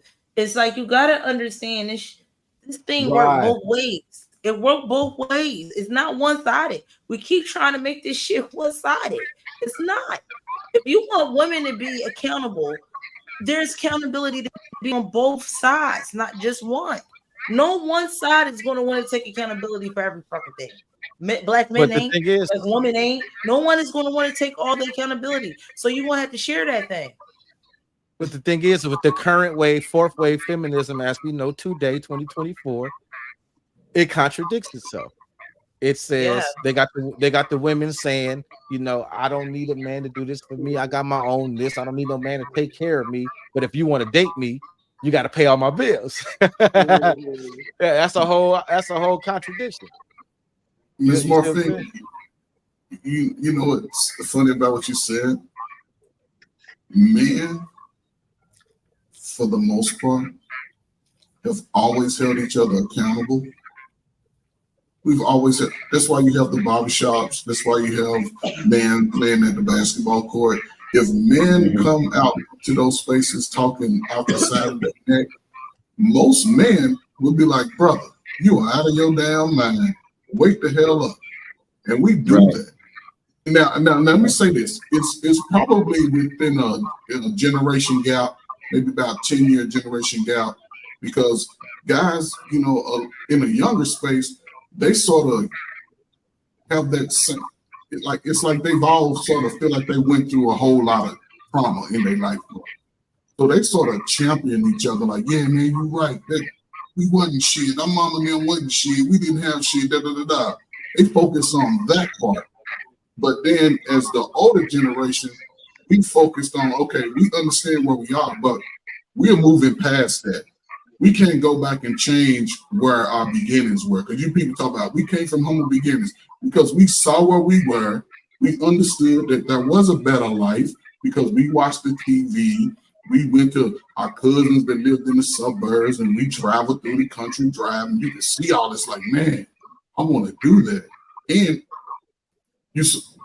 you were given like some sort of skill set to say you can go beyond where you are. High school, you know what I'm saying? You can do something. There's only really 4 or 5 options you have in America. Think about it. You either go to college after high school, you go to the military, you learn a skilled trade, you become a trucker, and skilled trade become a carpenter, plumber, electrician, all of that. That's it. Now this new thing, entrepreneur, but the problem with that is most Black people are only trying to focus on selling to other Black people. So it's going to be limited within itself. Most Black people ain't leaving America. It's the same number. We 12, 13% for the last 70 years since they've been taking the poll. We ain't leaving America. I don't care what nobody Black people say. Black folk ain't leaving America. So what do? You still got to follow the same path that a lot of us did. You got to make a choice early so you won't age yourself out. And that's where if we're falling short now because a lot of the young generation are not going to those traditional jobs that at least got your house paid for, got you out of college, got you out of high school. So by the time they 35 and 40, they ain't really got nothing foundational. Now age of reasoning kicks in for right about age 40. So now you're looking to start fresh when you're really 20 years behind because in your 40s, you fucking start wearing glasses. I never wore glasses. You start pulling cramps trying to have sex. You can't even prepare the groceries in, push the lawnmower. So I always praise if you start early as a man, focus on you, look upward and stop looking sideways. Stop blaming other people because where you started from. You got to start in a spot. Go, run like hell until you can't run no more. Meaning, travel, explore. That's what men are made to do. You can't sit in your same neighborhood and block those youth behind you because you in their damn way and your growth is only limited. And men are not, and men even understand this, even our own community and outside of it. We're not going to give a damn once you get to a certain age. After age 30, man, will look at you like, grow the fuck up. Some dudes still wearing their pants down below their ass. Grow the fuck up. Only got tennis shoes. Grow the fuck up. Don't take baths. Fuck up. So you got to be held. We held each other accountable. Women, no, it ain't the same. It ain't the same. I'd like to add just real Yes, quick, ma'am. like I was raised by my father as a single father. All I had was male cousins, male friends growing up, and a lot of times, like when I speak about a certain topic, a lot of times I ain't gonna lie, I get called like a pick me or something like that because I seem to come to the defense of men, but it's because I can kind of understand them because of how I grew up. And I will say, I remember, and you mentioned barbershop. That's why I wanted to speak on that. I remember I used to work at my uncle's barbershop to make a little extra money. I come in, sweep up the hair and stuff, and I'd listen to them. And they really did hold them each other accountable. Like let's say somebody came in like, man, my wife getting on my nerves and this and that. And then they'll be like, okay, well, what does your wife do? And then, oh well, she spent $20 extra. Man, if you don't get out my face and go love that wife, and she make you dinner? Did she do this? Did she give you kids? Man, shut up.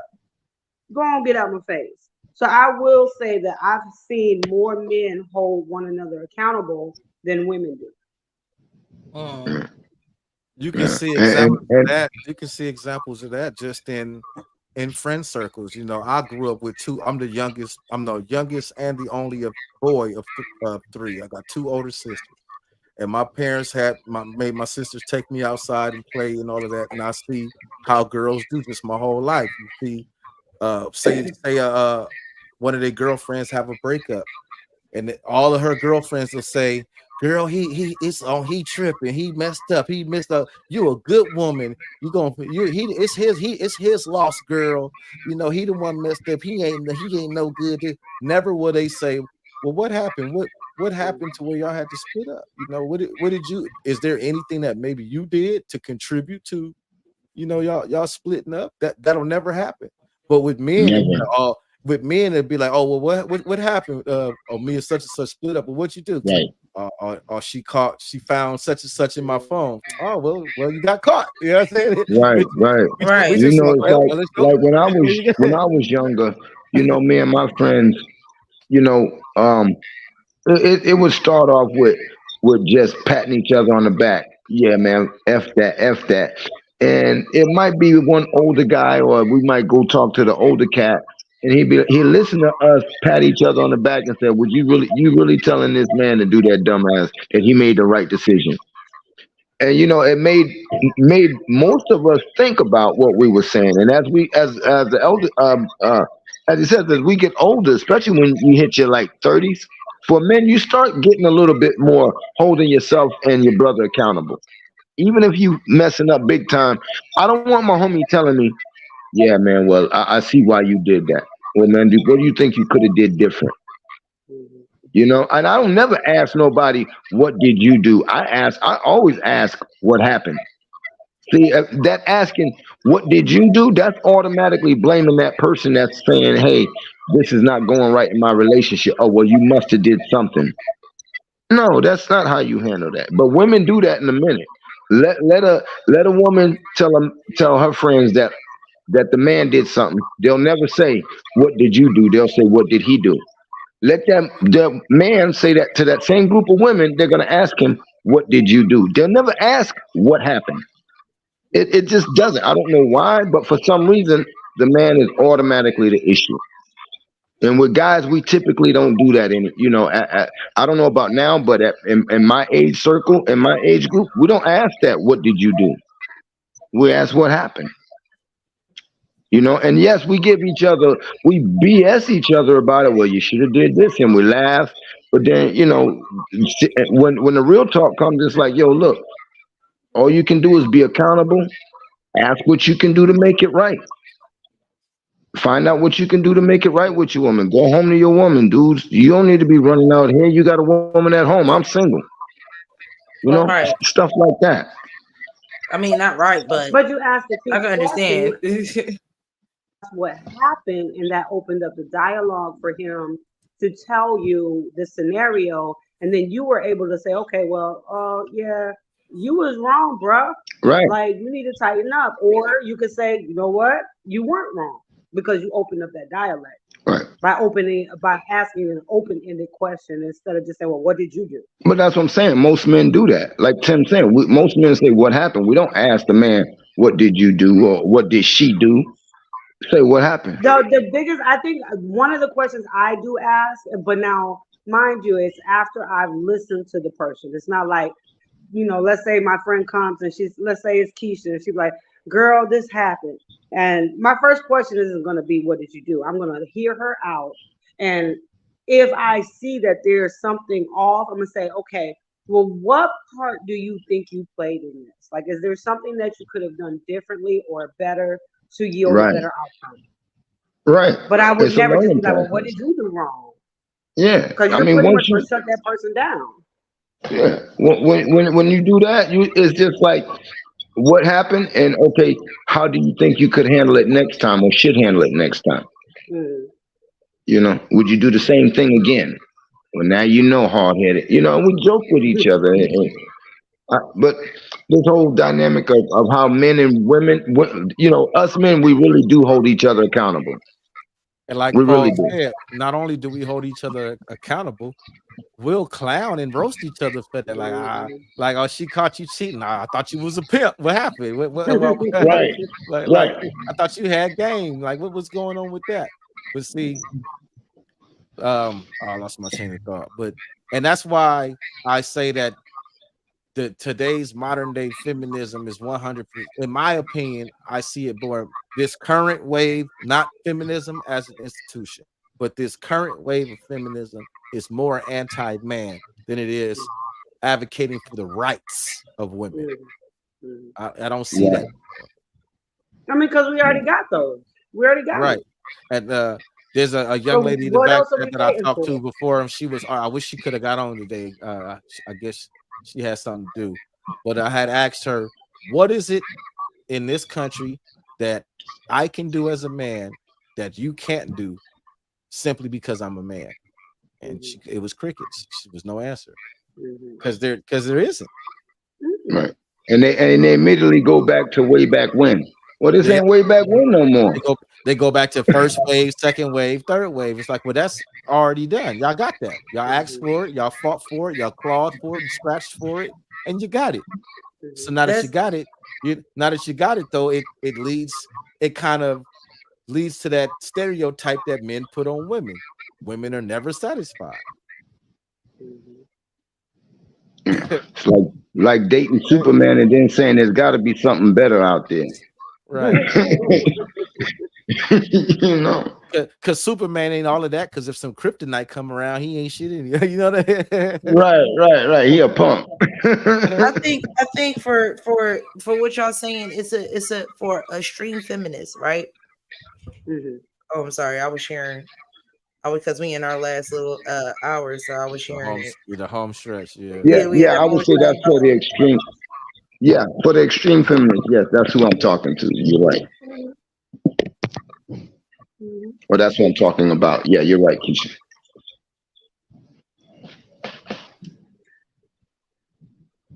Like I remember, you know what? Let's. I sorry. can't remember It's old going to girl's revert back. name. I'm sorry. It's going to revert back to feminism wave 1 and wave 2. It's just a playbook, like of an extreme feminist. Right. A lot of them do that, But like Tim said, you got everything you said you wanted, but you still feel like you don't have enough. What don't you have? Like you said, you ask them, okay, well, what can I do that you can't do? Well, I can't be a firefighter. Yes, you can. I can't join the military. Yes, you can. You know what I mean?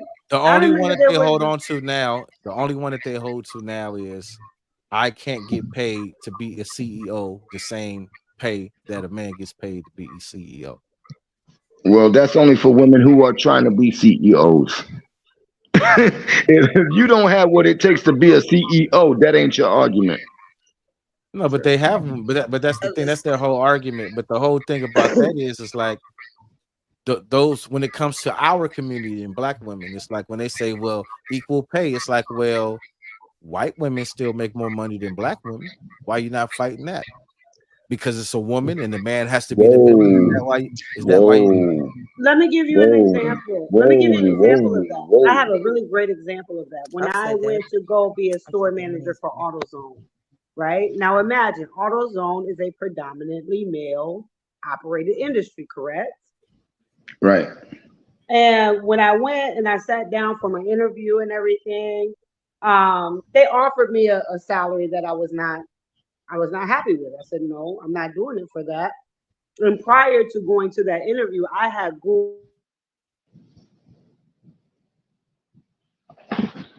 That Oh storm is man, picking her internet up. technical. requirement. And not only did I get my requirement, I got $5,000 more than my requirement because I demanded it. So you can get what you want if you just gotta demand what you want. But at the same time, now let's say I wasn't doing the exact same job. Would I expect the exact same pay just because I'm a woman? No. That's like if I'm if I work at Dominion Power and the power goes out, do I expect the same pay for sitting at the desk answering the phone that the man gets that climbs up the power poles and fixes the power and puts his life in danger? No, just because we work for the same company doesn't necessarily mean we deserve equal pay. It's based on what you're doing. So Right. yes, if we're doing the same exact jobs, then yes, I should get paid exactly what you get paid. But if we're not doing the same jobs and we just work for the same company, then that's not fair either. Because he's Right. out there climbing up the damn pole, putting his life in danger. And I'm just sitting here answering the phone telling you, oh, your power should be back on in about 2 hours. Right. Yeah, Now I shouldn't get the same let's pay. welcome Janelle to the stage. Janelle, what's going on, brother? What's up? Welcome. Just watching this Judge Judy. I figured I'd chime in real quick. Welcome. Nah, we're talking welcome, about like welcome, the brother. same thing. We're talking about the same thing I was telling you about. About the this fourth wave feminism, and basically what's happened is we've gone through all the first three uh waves of feminism, how they asked for a certain particular set of rights with each set of with each wave. They got said waves, and now that we're in fourth wave, it just seems like it's anti-man and not equality. Yeah, I hear that. I know we talked a little bit about that earlier. Now, you can express to your panel your perspective. Well, let me listen and see where y'all at for a while. Okay. Get off of this. Back. We an hour and 47 minutes in. Yeah. I mean, I'm gonna well, say this, basically, Tim, brother. as my Wait a minute, like, because the brother wanted like he A kind of wanted like synopsis, a yeah. premise, yeah, synopsis. So basically, brother, we went through the first wave of feminism, which that was about women having equal rights. The second wave of feminism was based on this book called The Feminist Mystique. I went through what that was about. When basically housewives wasn't happy. They weren't happy, bruh. They wanted to go to work. All right. So the third wave of feminism is more on the sexual harassment side, because by this time ladies done got into the work career. I mean the work field. They in careers now, but they getting groped and stuff. You know what I mean? So they started that. That's third wave. And then fourth wave is Me Too and all them type of movements. That's third The wave. cancel Third culture. wave. That's still third wave. It's Me still third too. wave. Yeah, Me Too is the third wave coming to fruition, coming to its. This is what we want. This is what we've been asking for, and they got their justice, quote unquote, for all of those rights that they fought for of workplace of harassment. right. The harassment stuff. Yeah, Right, that right. stuff is extremely Oh, high in okay, the So okay. workplaces now. Yeah. right, The no tolerance thing. right. So now there's Yeah, but me, Me Too has yeah. created no tolerance. So they got what they asked for. They asked for the right to be able to go to work and not have to give up some neck to get this position, to not have to bust it open to get a promotion. You know what I'm so they got that now. So this fourth wave Mhm. feminism, like I said, it's It's just a Me Too. basically It's in our the notes. it's the Yeah. oppression. It's the oppression. In my opinion, it's more anti-man. It's more uh we're outperforming men now. We're bosses now. We're this. You know what I'm saying? It's Yeah. more like, we don't really need a man to do nothing for us, but then at the same time they contradict themselves by saying, I'm a boss, I got my own this, I got that. A man is this, I'm better than a man, I'm a boss and all of this. But if you want to be in a relationship with me, you got to pay all my bills. It's like, wait. It's like, okay, Right. so what is it? Oh, you know what I mean? Because the whole notion and if I pull up the definition again, the definition of feminism is equal treatment amongst the genders. So if you Yeah. are fighting to be Yeah. equal, then you shouldn't tell a man that wants to go 50-50 that he's not a real man, because this is your argument is that you want to be treated just like men. You want the responsibilities that men have. So if you're going to ask for something and then you get it, you can't then backpedal and say, oh, well, that's a man's job to do that. Well, that's what, and me and you talked about this earlier, and that's what tells me none of this shit is really real. You can't have. We talked about that earlier with the whole 50-50 thing. Like some men want to go 50-50 now, and women argue, why do I have to go 50-50? But men is never saying you pay 100% and let me pay 0. Is let's go 50-50.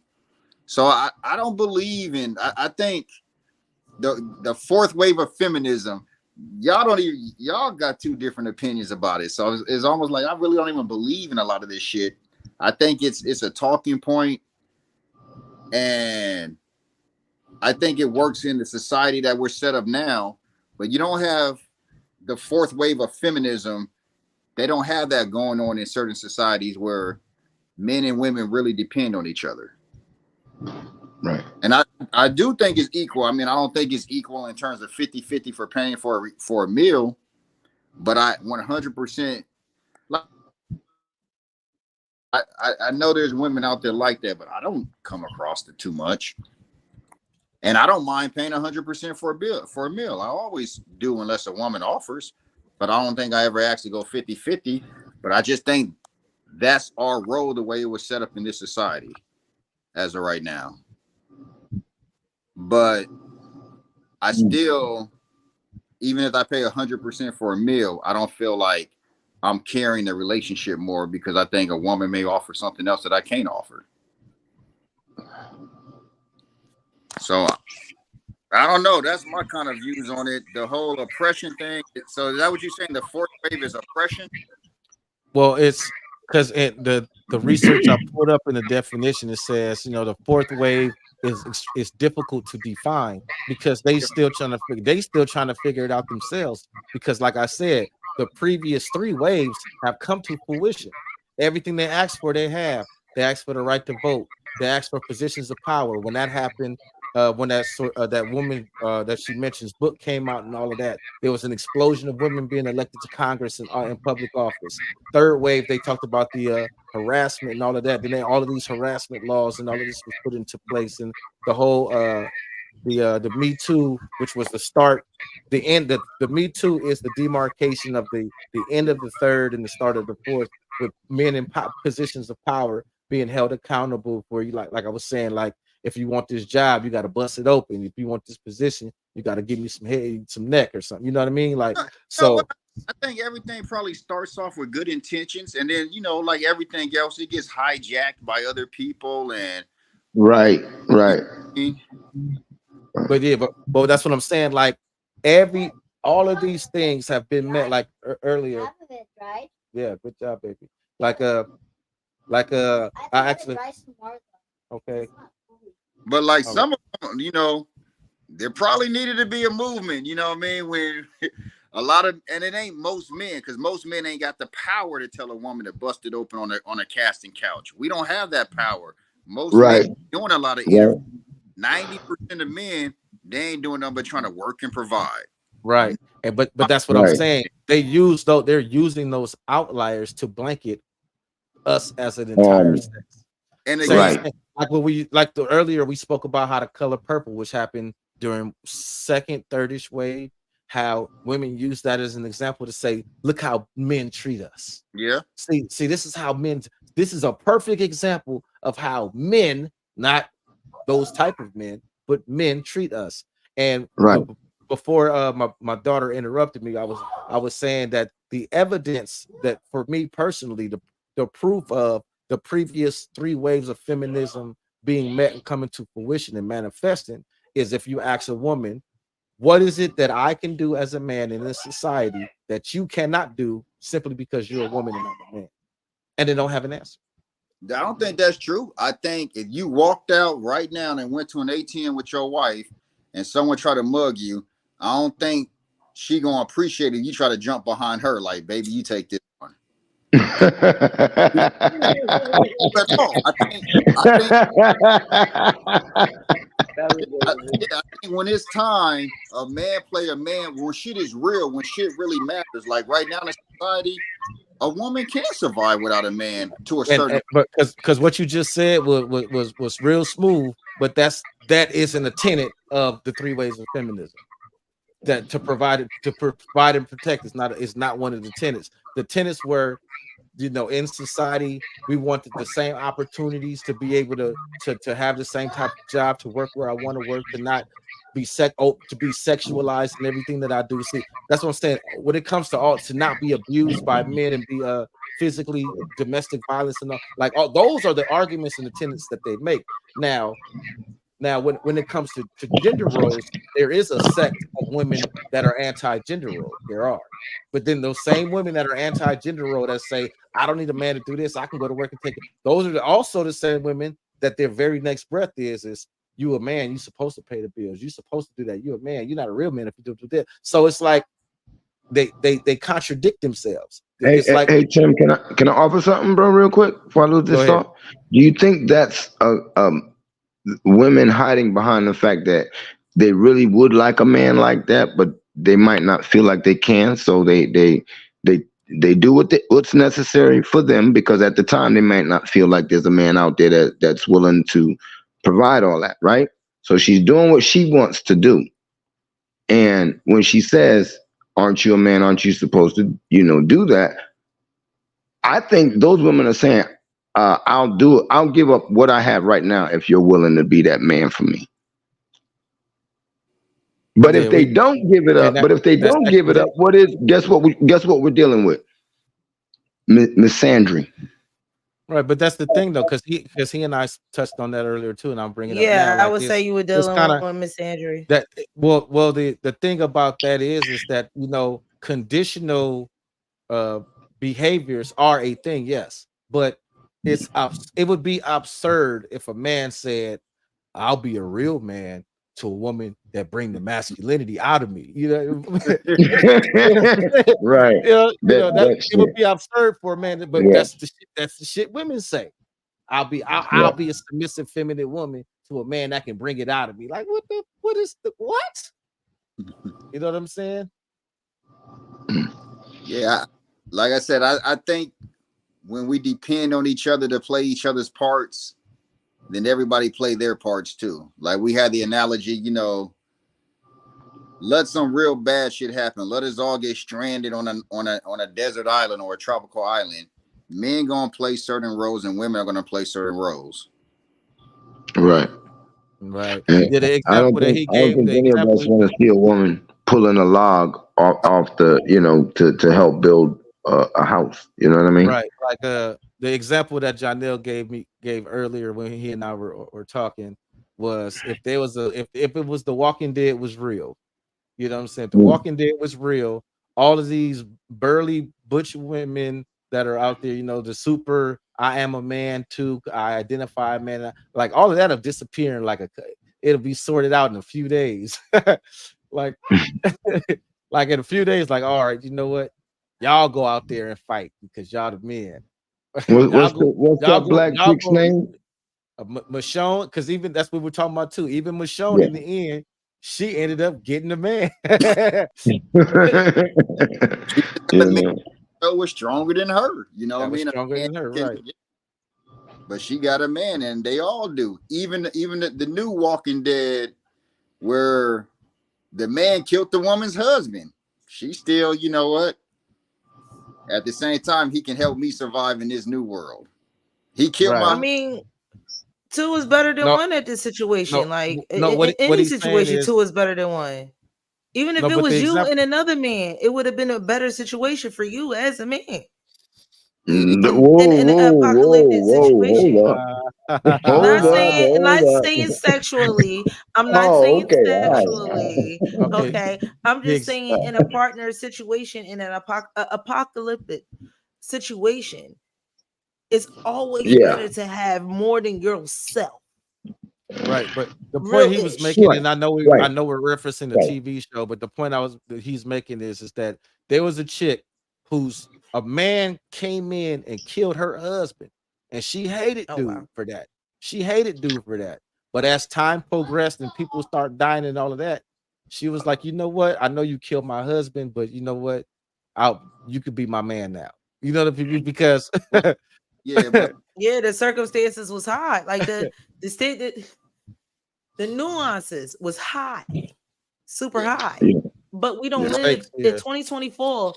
Are we saying like with the fourth wave feminism, right? It like I think Tim said we got the sexy reds now. We got the Cardi B's now. Even though I'm gonna say, Little Kim came out in a mix of third wave more than the fourth wave. But no, I'm just that's just but gonna there's be my argument. but no, But even with that though, uh, uh, yeah, even even with that.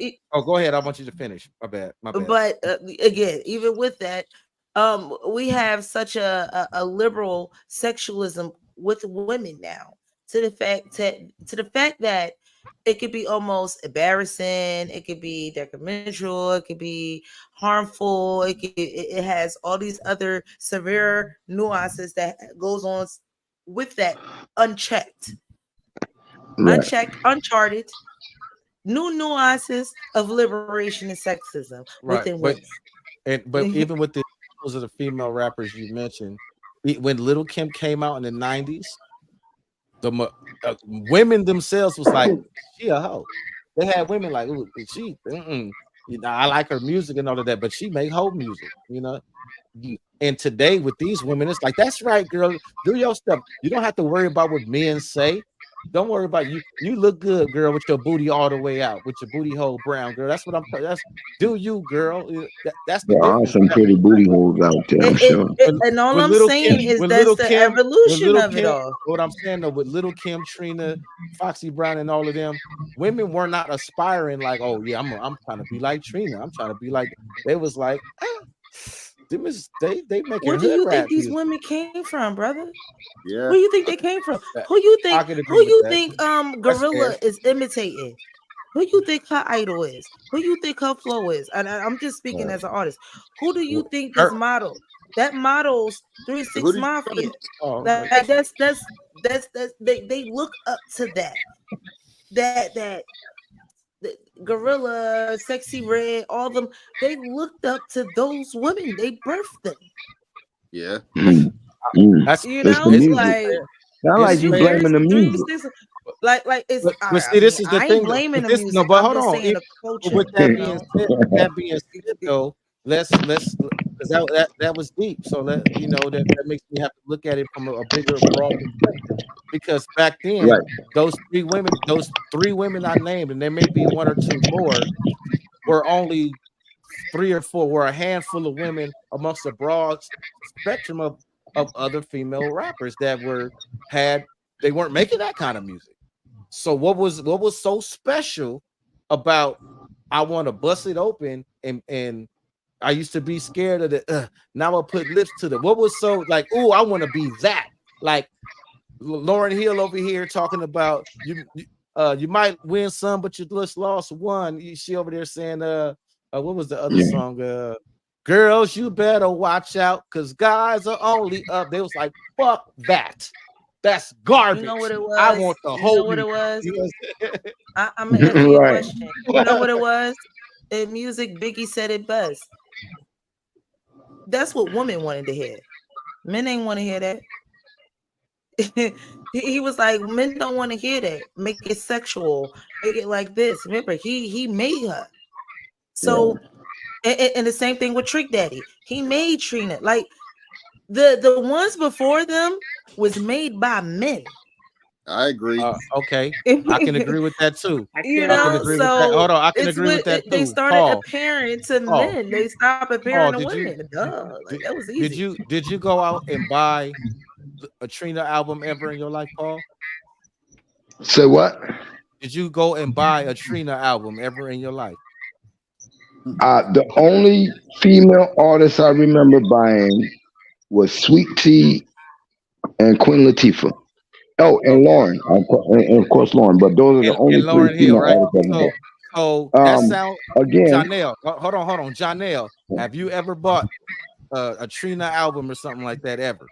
The Lil only, Kim. only female artist I ever remember buying, Lauren Hill. So it ain't looking like that's what men want. It ain't looking like it's men making these women go platinum. That's true. I didn't say yeah, that. That's I not mean, what I said. What I said was they were made by men. Their and, No, image, and I agree who with they that. was made by a man. That I never said they were supposed to Right. like it was No, what I so agree. No, they I thought agree so men that wanted to they hear, were the so let but me it image. just never ask appealed to men. this. It appealed to Let, women. let me ask the Do panel a y'all get what question. happened? Yeah, yeah. I just want to ask the panel a question, not anyone in particular. With that being said, made by men, who was it marketed to, and was it a success? Was That's my marketed to point. us and And hell that's my yeah. point. That's my point. Even though they were the inventions of men, I'm acknowledging that. You're absolutely correct, Keisha. They are the product and invention of men that molded them to do a certain thing. And like you said, he said men don't want to hear that. But even with him saying men don't want to hear that, men were not the ones buying it. Men were not, or were not the ones like, ooh, let me go get the new Little Kim album. Well, let me Let me get the new Trina album, or yeah, let me Y'all get the just new had her Foxy poster Brown on the albums. wall. So Unless they was from they hood. Like I could say dudes from right, Brooklyn definitely copped the Foxy Brown album, bro. Like they all definitely right, did. People all right. from Queens definitely cop Lil Kim album. But other than that, y'all, as y'all said on the panel was spoken, y'all never got that. So my thing is it was an unsuccessful situation from the jump because it Right. appeared So let to me answer women. the question It this way. like Right. Here's my answer. What I think, it was marketed towards men, but men would find it attractive, but we weren't going to buy it. But we would listen to it. I don't ever remember being in a car with a woman and a little Kim song come on, and I go, "Ooh, turn that off." You know what I mean? Hey, the shit's popping, is popping. So it was really marketed towards men, but women gravitated towards all that sexuality. So yeah, it was created by men. So was it successful? Yeah, but it didn't go the way they might have planned it. You're gonna be the hottest thing, the fellas, and this, you know what I mean? The guys, no, but I don't think any of them said, yeah, the women are gonna go crazy behind this. no I one don't know. thought that. That was not the It was, thought. But I agree. Well, everything Paul said is what I wanted. Let me get on camera. Everything Paul said is what I wanted to say and how I meant to say it in a man's I way to get say you. I get you. it. That's what I'm saying. That's why I asked the question. When they were marketed, right? Biggie created her, and then they had to make a market for her. Who was the target audience? That's I what I think it was asked. women. We were. No, I her music was about sex. And okay, it that's was. your opinion. I'm sorry. I can't tell you no. I'm sorry. I apologize, brother. I can't tell you no. Go ahead. I'm Well, sorry. Go ahead. I agree sex sells, but I think the target audience was women. Yeah, we were. The women were the target. No, it wasn't. Women don't It care about was. how you popping Uchi on a headstand. Women don't But care how you Maybe you sucking, I you maybe gotta beating you agree. and cake. We I don't care don't. about that. I but is that gotta what Yes. agree. Maybe This is you why I agree. We don't care This about that. this is why me I have maybe to you and agree. I don't, and maybe there's another sector of women that feel the same that we do. But majority of the time, yes, those are the ones that buy the album. Talking about, yeah, I got my bag and I'm doing this and I'm a Okay. So running for Jessica, let this. me ask you Well, a So question. Right. I, it was go targeted ahead. towards Okay. women. I just want to No, ask her a question. Oh, go ahead. Go ahead, Tim. I'm sorry. I'm because sorry. you're gonna ask a I question, apologize. it's gonna take you somewhere else. Right. It's your. So I so I apologize, just want brother. to, not a problem, not a problem. I just want to say to build on what Janelle was saying about who it was marketed to and who it was, how the two ladies are saying, well, we don't care about popping Uchi and all of that. You you just a minute ago said that if you look at the women that are there now and they are the products of the women before them, then clearly they saw it as empowering. Just like there's a TV show that Janelle was telling me about years ago that his ex-wife used to watch. It's called Sex in the City. And they got one girl in that show that was pretty much like a hoe. And like his wife and her circle of friends was like, oh, I wish I could be like her. She's just so, she just doesn't care. She just lives her life and she's just so free. I wish I could be free. Like it's that Samantha. mentality. No, not It's that Samantha. Yeah. The other Yeah, chick. whatever her name is. I never watched the the show. old head one, the Yeah. oldest one out of all think of them, it's which people Sarah didn't even Jessica notice that. Parker. Did y'all notice like the whole of that show was the older one, the oldest Yeah. one? Never watched it. I He was the wouldn't know. oldest I one. Wouldn't know. I've never seen It one like episode, but the reason I I'm brought just that saying, up I was to had to show bring that that up. the reason I said that though is like because the same thing that we hear these women say now is that Cardi B and what's her name come out there with that WAP song. It's seen as women empowerment. You Yeah. just because you up there Now, naked don't mean that you up, but that's the product of it. That's the legacy of Little Kim, Foxy Brown, and all of that. That's how it but affected women. As you if you just mentioned, listen to that's what who me and is Paul, if you listen to what me and Paul are saying, we saying Mhm. in the beginning, when thou was created, it was meant Say it to again, baby. Say it again, baby girl. when thou Say it was again. created, it was meant to appear to you. It was Right. not meant to appear to us. That's Right. not what they thought would happen. Now Right. I'm not debating that. That's exactly what happened to She men and just women. explaining again what we are saying. But she's edifying both of our points because that's what because after she said that, I then came with, well, what was it that made women gravitate to that rather than Little Kid, Lauryn Hill and Right. other women along that side? That was what I was saying. Right. There So wasn't enough of them. if the plan was Hmm. this, if the plan was this and to be marketed to men, what was it about the psyche of the women that said, I want to be that? I don't want to be I don't want to be girls, you better watch out because guys just want one thing and respect your body and all of that. I used to be scared of the dick. Now I put lips to the shit. That's who I You want. know what? I could answer this That was question. a I lie. could answer this question. I could answer this question. I could really, really answer this question. At certain time, the dance music, stop being positive and start being negative. Yeah. So the Queen Latifah's right, and it's your thing, and the Salt and Yeah. Pepper came. I mean, once that Right. came out, they definitely changed that positive flow into something a little more controversial. They was super fucking into feminism. Every song. So, once that came out, kind of flipped the script, all that dance music, all that kid and play ish started turning to the Dina Howards and all the sexy girls. Like they start making the dance music, and that's what appeals to the youth. Getting the hell But there up, was only I getting off can't the think of wall. I can't think of a second Adina Howard though. That was Yeah, she didn't R&B. need one, but I can't think of another female singer because with rappers is one thing. I can't think of another female singer that was singing like R. Kelly. I can't.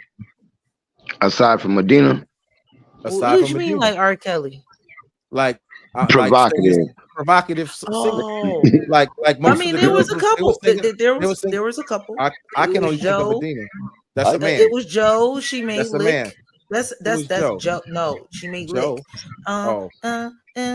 Rihanna was a Oh, Rihanna. Okay, I can say Rihanna. That's true. Rihanna in that time. And We What had about my neck, my back? my That's a rap. back.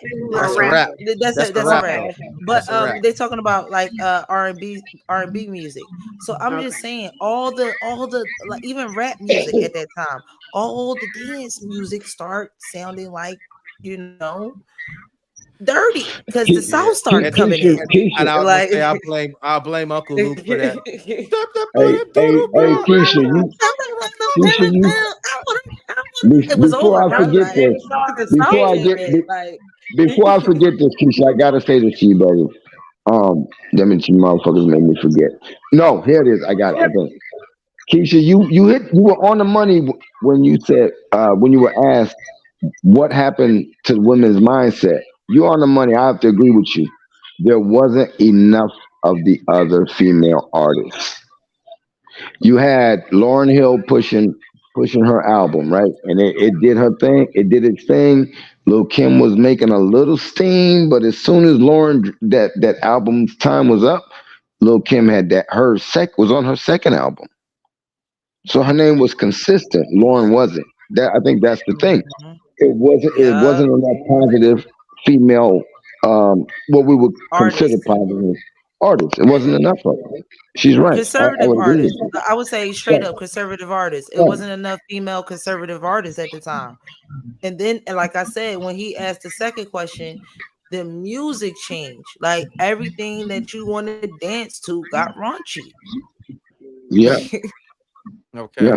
So I just want to pull it up. So the 13 female rappers that dominated the 90s. Rockefeller Records, Emil. She only So got one. She ain't even got an Yeah. album though. Oh She yeah. was a feature. She was like a Yeah, featured and that's what I'm everything. saying. hey, How she I'm number She was just a one? featured and everything. it's not Okay. Go ahead. We can't argue with him. these We aren't can't argue these with him. aren't these aren't these aren't saying number one as if she was the number one dominated. This is just a list of 13 Okay. women. So in no particular order who's first as the best, and this is just 13 women that dominated the 90s. So Okay. Emil, The Brat, Foxy Brown, Gangsta Boo, Lady of Rage, Lauren Yeah, Hill, Lady Rage, Left Eye, Left Little Eye, Kim, Left Eye, Little Kim, Mia X, MC Mia Light, X off of No Limit. Yeah, Moni Love, Queen I don't Latifah, remember. Yo Yo, and Yo that's the end of Yo. the list. I So What forgot about about with Queen this, Pen? she wasn't dominating. She Well, she wasn't stayed up. dominating, but I She remember did her. a feat. Hey, Yeah, she she did a this feature too. Why wasn't she yeah, on there? this particular article. This is their list. This is not based on sales or nothing like that. And I Or would this say, or but of this list of 13, let's count how many were the raunchy ones versus because the argument is there weren't enough of the other ones. So Okay. let's count them. Yo Yo was Yo Yo raunchy? nah. No. Nah, Okay. Queen Latifah was she raunchy? heck no. No. Nah, Moni Love was she raunchy? Hell no. No. MC no, Light was she raunchy? No. I nah. heard a song. Me, No, I heard a song from her that when she was talking about dating a young kid, I need a roughneck. Gotta have a roughneck. We talking about and the it was like '90s though. talking about a 17-year-old boy or something. I didn't even realize the lyrics until I heard it like as an adult. So Okay. y'all You might talking want about to check that one. But from her anyway, first album? When she was a teenager. no, she I was know you're no, not she talking about wasn't her a first teenager album. then. But anyway, Okay, Mia X was she raunchy? I don't Kinda. remember. I don't know. I Yeah, didn't listen to. I don't know who yeah, she is. kinda, Is Neo kinda. Up? That's his neck of the woods. Oh, he walked it. He fell out the chair asleep. What happened? I don't know. He Yeah. fell out the camera. Okay, He fell out the camera, so he's not there. okay, But Mia all right. X So wasn't. She wasn't. She. It was was like she my pussy? I don't remember. I don't. no. What's the song? No, I don't even She she was remember the more wasn't. on song some name. gangster rap shit. She Like was gangster, so that's not she was a raunchy. gangster Okay, rapper. Little Kim. But Little why is Kim that was not raunchy raunchy? Lil because Kim was raunchy. You're Little Kim talking was All right. sexual. talking All right, okay, sexual, we right? This talking is Yeah, sexual. Lil Kim was raunchy. right. What So Tim? Little little. Kim was raunchy. So far the first one is Little Kim. Number 2, Left Yeah. Eye. Was Left Eye sexually graphic? Yes. She No. was sexual. She was Look. That she bitch was had more than a sexual. condom on her I eye. think she was Nigga. subtle with her Okay, sexuality. so we're gonna But give no, Yeah. him that. I wouldn't call her raunchy though. No, so I Yeah, wouldn't It but was call she was raunchy sexual. for its time. okay, so we're No, gonna put her no, Yes. on but there. she was sexual. We're gonna put She her was on there. sexual. Just okay, she was sexual. So that's 2. Lauren Hill, No. No, Nah. Oh, wait, that's a toss up. Lady of Rage, He said, I don't "Ooh, know. No, that's a toss up." no. no. No, Gangsta because Boo, she was gay. Nah, she was Gangsta Gangsta who? gangster. Gangsta Gangster Boo. Yeah, she Boo. was. She was I gay. don't know who that is. Yeah, I don't know what that is. 3-6 Mafia. 3-6 Mafia. Yeah, she. I don't know. Still don't know. Okay. You say 3-6 Mafia? I ain't pitting it past it because they did the slop Well, on my 10. knob joint, so I'm not pitting it past it. So You never yeah, know. that was them being, but so you never for the sake of Yeah, you our can't put that. understanding, we're gonna put her on the standby over here. I'm gonna put her over there. Foxy Right, Brown, we can right. definitely say Foxy Brown. Yeah. Right. So that's 3. Yeah. The Brack. No. No. Okay. No. Eventually, yes. Eventually, because she would I you think, like. No, the topic is the topic is of the 90s because the argument you made is that who do the women of today look up to? Are these Right, are the and that would right? right. But my Right. argument they wouldn't be in the 90s. They would have been in 2000s because they wouldn't have been born till the 90s. Yeah. They would have I been born agree. in the Right. 90s. I Like wasn't so born. that would have been in I wasn't born. 2000s. I wasn't born in 1971, but I love the Isley Brothers. They Right. greatly influenced me. Raised in the 90s. Bro, though So that we so had so the internet, and you know that's different. The way you speak, like, Tell them again. and the last We one. didn't have bro, internet back then, no, Okay. Tim. Come like, on, man. no, Okay, but no. Okay, That's so in the So last but this not this is hang an on, unfair hang on, situation already. hang on. Last but not I least, got your back, Mama. I last, got your back. last but not least, Emil. So Emil would be yes, she was kind of raunchy. Yes. She was talking right. So that's 4. And if we count the toss up gangster boo, that's 5. So 5 out of 13. But there wasn't enough. I don't think, and I don't think most Not of in them the was, not in the but I think, 2000s. No. but I think it's what you said, Tim. I think women got something else out of it that maybe men didn't get. I think it was more empowered. Right. You know, Right. I don't think women was There we go with that, though. looking up to be Lady of Rage or to be, you know what I mean, more gangster, more like a man. Right. She's a By little bit more. time 98, 2001 or 2, there was no Lady of Rage. There was no MC Light for real. Like, All right. So I pulled up the double O's because Keisha got to roll with her generation. So I don't even yeah, I don't even know who Kid's sister is. Who? Kid's sister. No idea. Oh, me neither. Right. Like, who is that? Right. Little Mama. Who? then she has My that. lip gloss is popping. My lip gloss is cool. Oh, okay. And that's a Chicken bubble noodle gum. soup. Chicken Yeah, noodle soup. Noodle soup. Chicken That's noodle chicken- soup that's with the not- soda that's on the not- side. Chicken noodle But- soup is not Little Mama though, But it's not. But that's a whole okay. other joint. But that was my shit. Remy Ma of the 2000s before she went to jail. I haven't listened to her music, so I couldn't tell you. Yeah, I could. I haven't listened to it since, Yeah, so I because don't she know. make aesthetics and my But I don't lips too think- good for this necklace. And I Before look she too went to- good to be before she sucking. went to You jail. know, Before she went to jail. that's Okay. before she Oh, went to Okay, jail. who's next? Who's Hey, next? That was before Charlie- she went to jail.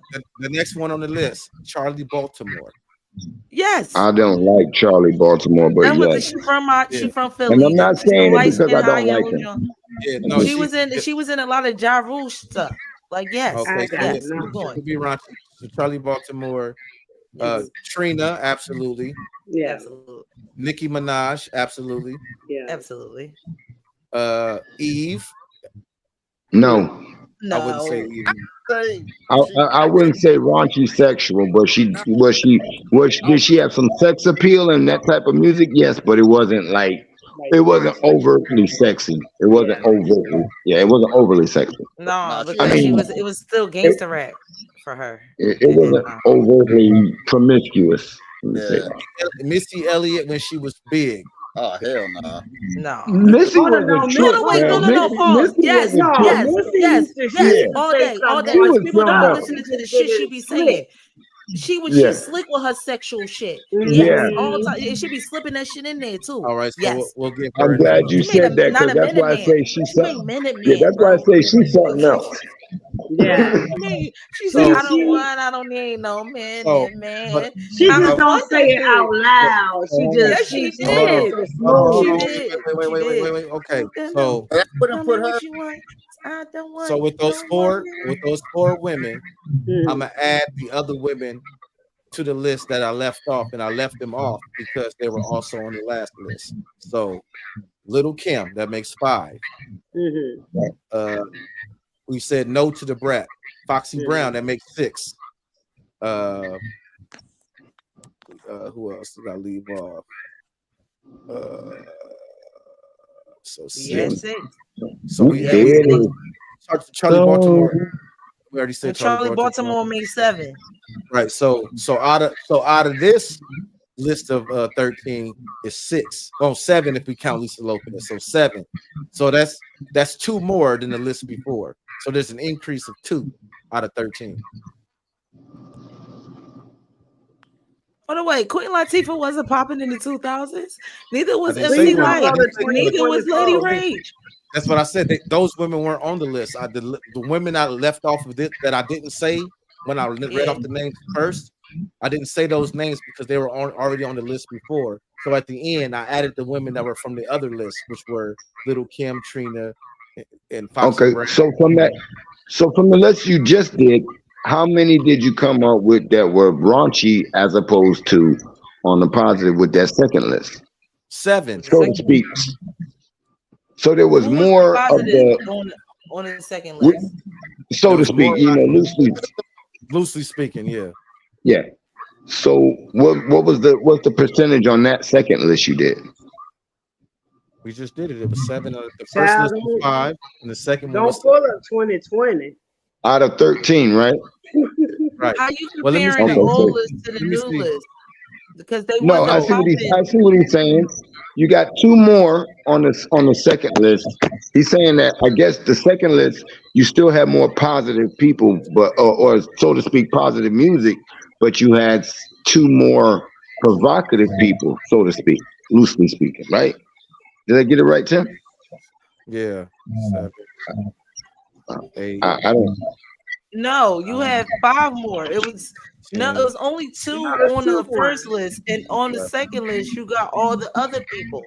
You didn't gain a bunch of people on This the only first had list than you 12. did on the So second list. the first list had 13, and this list had And it was 12. 5. Right. There was 5. So the first list was 13. The second list was 12. On the list of 13, the first list, there was 5. On the list of 12, there was 7. 7. And so then you minus 1. So that So makes that's the over half. right. It's Yeah, over so half. it's over half. Right. Over half. By the time the 99 2000s, over half of the female rappers were Was super raunchy. raunchy. And I'm going to say, and I'm going to add, all the dance music was super raunchy. Dance hall started coming out. Y'all know dance hall is raunchy. Beanie Yeah, Man yeah. started coming out. Sean Paul started coming. Like all the Rasta music started coming out. Keisha, let me help you out. When I was in the club, what started coming out? Let me see that to the road, to the road, to the road. You know what I mean? And guess who would Yeah, flock to the floor? Guess The who women. flocked to the floor? The Women. women. And men follow. I ain't gonna lie, because men follow. Wherever the women go, that's where the men go. Shit, that's she in the dance floor, I'm going. the music changed and through in a matter of 10 years from the 90s to the 99 2000s. Music changed. Uh, Even though Two Live Crew came out in the 90s, bro, they might have set some shit Right. off, but that We shit didn't blow to 10 years later. right. And Well, to tie it back to the topic, is that was that seen as empowerment, and how did that? Well, we didn't went all over the place. oh, that's a No, we whole other didn't. No, show we right didn't. there. Yeah, No, we that's a didn't. No, whole we didn't. We that's a whole still other stuck So show. in the part two, feminism. We make still it part listen to two. music for feminism. Like when women started listening to the music, it started getting in the media because we started talking about the third. I'm sorry, the second. This is the second wave. The The third, that's second fourth wave wave. or the third Fourth wave. wave. That would be Hold on, fourth wait, hold on, wave. wait. But the All thing right, it's about the it is, second wave. though, No. the thing about it Let is, me do it. Well, Let me do it. The second wave of feminism. Ferdinand, the chick that wrote Mysterious, Mystique, Mystique, the feminine Mystique. feminist Mystique, the feminist Mystique, she started talking about the magazines and what's going on in the media, right? That was her Hmm. whole premise of right, of them What was of feminine? What was magazines exploiting women, over sexualizing them, blah blah blah blah blah. blah Now blah fast blah forward. bullshit, Now hold on. bullish, more bullish. Wait. Go ahead. Fast forward to today, because her argument was, look at how these men are exploiting us and sexualizing us and seeing us as a piece of meat. Fast forward to today, we're gonna exploit ourselves and sexualize ourselves, and we're gonna show our own brown booty holes. And it's a good thing now because we're doing it and the men are not doing it. It's a contradiction. I'd like It's to a add real control quick thing, before I though. It's a forget. control thing. Because Before I before forget, you I'd like to add go that ahead. remember, like back in the days, back in the days there was also a lot of censorship. So a lot of the music that was being made, like if it wasn't mainstream and if there was cussing and stuff, like you wouldn't hear that on the radio, right? Honestly, nowadays it's more open for it to be played in the media and on social media, on the radio. I remember me personally, I'm 46, so I remember growing up, like there were some songs that I knew had curse words in it, but when it was played on the radio, you didn't hear those curse words. They had to make a whole nother song. And nowadays, like they can get up there talking about I got my booty hole is brown and my coochie hole pink and I got a STD and I free my baby daddy. Like they just allow The radio everything. version is not like that. The radio version is my kitty hole this, and they it's the same thing that uh Cardi B had to do with her music. They complain about that too because they make little reels about it where they're like, yo, I gotta find words that rhyme with the vulgar words that I use. And can you imagine blah blah blah saying blah blah blah or XYZ when I really said pop that, blah blah blah. So they do have to water it down, but what is right and what is very correct what you're saying is the things before you get to the cootie cat and and the beefcake is so it's so literal. It's not up to the imagination. So even if you bleeping out the N word, the F word, the B word, they done said so much other You stuff. can say Like you can say you like the censorship today is that bitch and shit are no longer cuss words. Nope. oh, but you can say Sure the enough. N word all day. You can't say kitty. You No, can't not say on T pussy. not on TV, not on You TV. can't On say you TV, can't say on regular you TV, you can't can you can't say say bitch that on and shit. radio. But on radio, you cannot pronounce the street jargons of your body parts. You No, they took cannot that away. say they never put it back. Like I don't know what y'all No, listen. Most no, people because don't we listen to the we radio. had we had from the windows to the walls to all skeet skeet skeet skeet, and that was on the radio. That was on the radio. Yeah, but again, do you understand? Like I said, you're just making my point. Everything in between the cuss words and the vulgar body part language is so vivid. It's so literal that you could say from the windows to the walls to all ski, ski, ski, ski. Yeah, that's You're not vulgar. saying to all come drip down the walls, like, because that's what it say on the album. Like, you get what I'm saying? Hey, Like, I gotta tell it. I gotta say this. Y'all know I've told it. I said it before, but every time y'all that song come up, I think about the first time I heard the dirty version, because all I ever heard was the radio version. And my middle daughter, she came in the house singing, "Little sweat drip down my balls." What the fuck did you just say? right. You know, Like, I had never heard the dirty word before. I never heard it. You know. it was it's still that to this day, but like I said, the difference is that these rappers today have so much it's so much vulgar Vulgarity. words said in Vulgarity. between Yeah. the bullshit, like the real things that they bleep out that you don't got the We, picture already. They ain't even need to say we all had that. we had 2 hours and 34. So let's get ready to wrap it Oh, up that's because way fast. yeah. All So right, well, yeah. in my closing remarks, I still stand on exactly where I came in from in the beginning. That what feminism was in the past and what they fought for and all of that is not what this new generation of women are advocating for. Not at all. That's just where I stand with it. And I'll just say that I second exactly what you just said. And I will third it with an add-on of that is what I thought. I never could put it in words, but thank you, Tim. Janelle, I'm sorry. I mean, I'm still on the fence a little bit of is it I guess it is fourth wave of, I guess that's like all the outliers, because it seems like every movement gets hijacked by other people. And then we didn't got to a fourth wave of feminism where they wasn't Right. having first, second, or third. These is probably the mainstream, that's left. These are the ones that say a mommy Right. and me pole dancing class is okay because it's Right. empowering little girls. No one said Right. that. No one said that. No Oh, one yes, said they that. No, we are. ain't Yes, say they that. are. I They I saying just that. said I've been on IG. I've been seeing it. I feel a way about that. You just That was another way to say that. That was a Like, topic we you had don't in the gotta back say chat. that. That was a topic in the back chat, Janelle. All the men were like, a mommy and me pole dancing class where they putting 3 and 4-year-old girls on a stripper pole is cool. I think that's crazy. But That's crazy. It's It was bananas. a Hell mommy no. and me class, though. It was a mommy and me class, though. I said, that's this is my stance. This is my stance. I'm gonna check my little collar on this.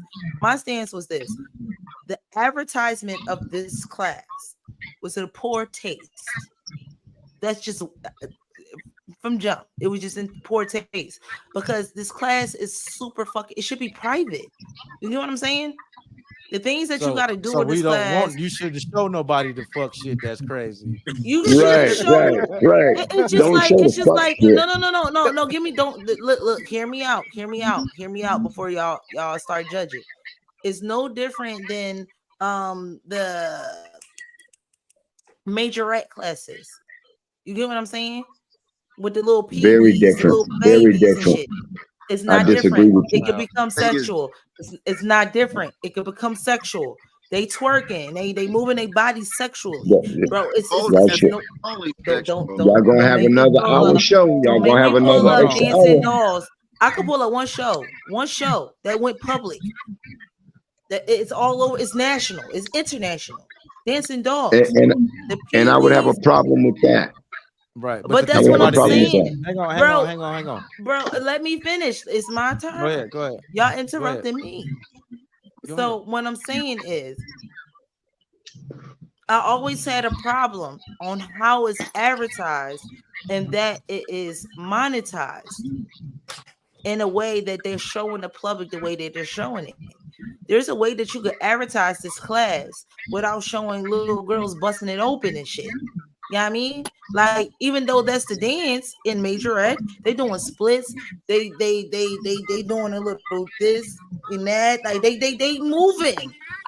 They moving. I just think that in these fields, in their competitions, they don't even broadcast it that way. They're not on Lifetime. They're not on these cable networks. They don't do that. So I'm just saying it's the way that it's being put out there that makes it look that way. And I rest my case. I land my plane. Okay. So I was hoping Brother Mugabe would have got on the call today, Moody Wa, because I'm a repeat what his point was. That would be like, because that the all the comments under that from those women were saying, this is really exercise and this, that, and the other, right? He said, okay, this what Mugabe said. Mugabe was like, that would be like me saying, you know what? I'm about to start a daddy and son cooking crack classes. Yeah. You know what I'm saying? Right. It's not bad. We teaching them chemistry. This is we teaching them chemistry. we teaching them chemistry. This is really like this is a learning a life lesson. You know, they learning measurements and all kind of shit. You know what I mean? You know what I'm saying? Right. It's ridiculous. But no, you know what? We can do it as long as we do the advertisements just right. We're not gonna advertise it like we selling dope. We gonna advertise it like we teaching chemistry and business practices, how to be an entrepreneur. You see what I'm saying? It's the same exact thing. It's the same thing. I didn't know they had that mommy and me pole dance classes. That's just No, Well, that's let me not the say this though. same. I don't get how y'all keep saying that's the same. That's not the same. One is legal, one isn't. So there's that. Okay, The here's my issue. the premise One is behind almost it. an Olympic sport. One would never be. Like, Right. everybody. Listen. Let me say this on that real quick. Sis, you're not gonna win this one.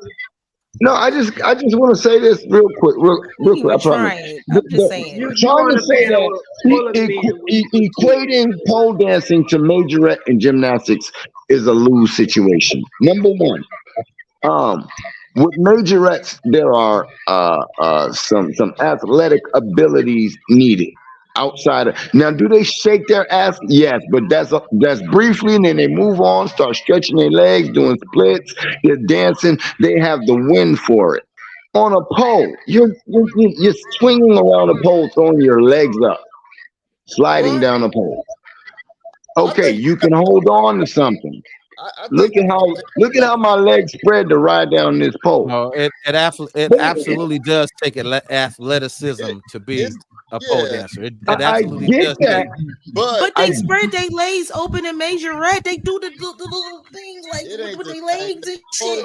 I mean, they be busting it open all the time. I don't get what you talking about. I'm gonna stop. I'm gonna stop. Shut up. the first thing you think of when you think of pole dancing, stripping. All this other stuff we can say, no, is this, no. The first thing that every night, if you ask, if we go on Family Feud and they do the 99 out of 100 or whatever, it's stripping. That's the first thing you think of a pole dance. all right. Here's another point. If it's just a sport, would you allow your young child to do that in a club? But you have to let everyone know this is just a sport. This is not for enticing. What do you think would happen in that situation? Why would I gotta? Why do I have to? Why do Motherfuckers ain't she have? gonna go in there. Either motherfuckers ain't gonna go in there, or you're gonna have a bunch of perverts ready to watch. Why she got to be in a club though when it's almost not even But almost it's a in sport, 2024? What I It's an agree. Olympic sport now. She could go right? to And now, gymnastics and fucking do pole dancing today. what I'm saying is, if it's a sport, Like right, I and don't. it's not a, We just started a whole nother topic. Come on now. but it doesn't. No, What, this is yeah. I don't understand how y'all don't understand. This is the same topic. It's one person thinking. I'm not saying that I will put my daughter. I would do mommy and daughter pole dancing class. That seems weird to me. I'm just being honest. That seems weird. It's just weird. Why would I want to bring her to my class? But you don't got no babysitter. That's what that type of class is. So I'm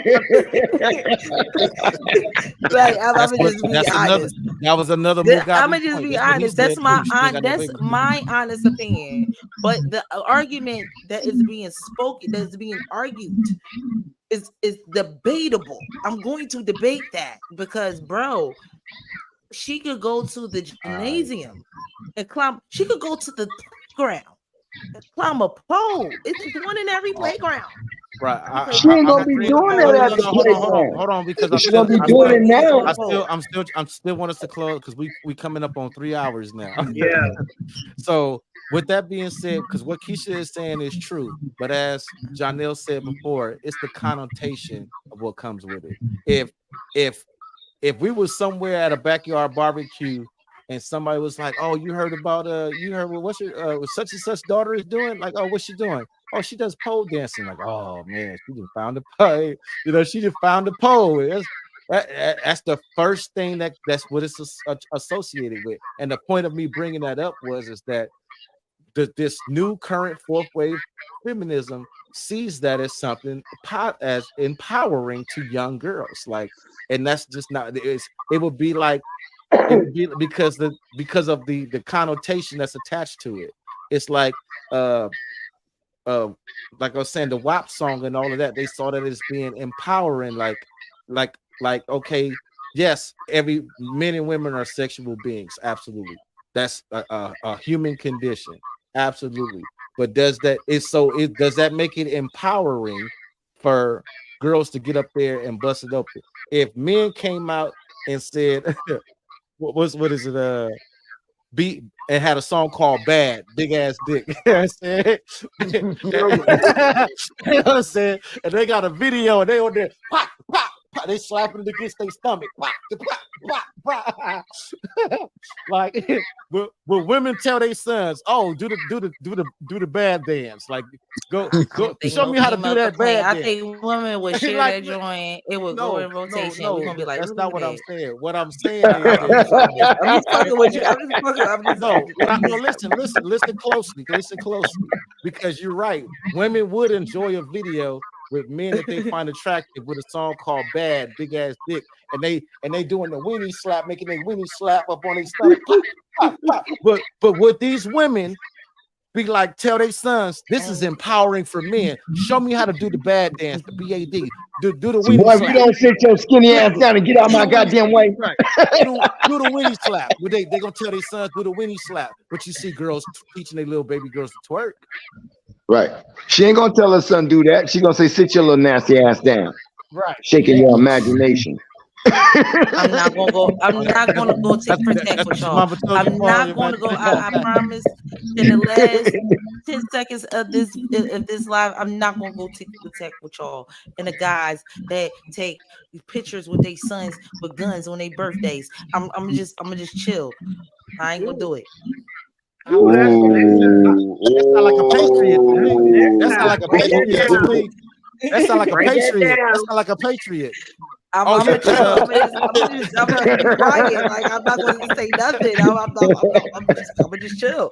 I'm that gonna let sound like the that line sound like a ride because we patriot. trying to get out of You know here. what? Get her, Right. Jess, because Jess do that. She take pictures with her sons and guns. So go ahead, let the woman Damn get it. right. You know what I mean? Like Damn right. that's what guys. Like I would just chill. I would just shut up. I would sit back and let the woman. Because But no, because but I when a want to man does appreciate it, it's a everybody that. problem. But if somebody like just do it with a bunny in her hand, it's an issue. It's no issue. She But killed, when but it, she when the dude killed. with the chains do it and he get his son a little blicky, I'm just She shouldn't be killing Bugs Bunny. Okay, Bugs Bunny no, ain't she never be did nothing to killing nobody. Bugs Bunny, squirrels, Bambi. She killed Bambi and Bambi. everything. Killed Yeah, Bambi's mama. yeah. It She's a was just nuisance. in the movie. It was just in the Bambi that killed the. It was just that killed Bambi mama in the movie. Oh Damn damn! Right. right. It Yes, I wasn't hate that it. fire. Rude as hell. It matter of fact, it wasn't a wasn't even fire. just.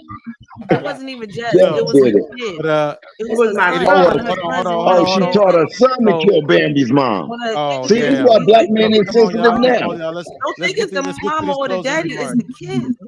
Let's Was get the through these Yeah, kids. closing The mommy's remarks. kids. insensitive. Let's get through these closing remarks, y'all.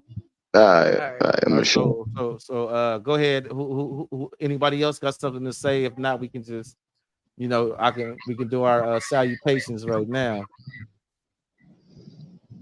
Yes, 10:43. I gotta go to bed. All right, all right. So I want to appreciate everybody that came on. Paul that was Neo that dropped off.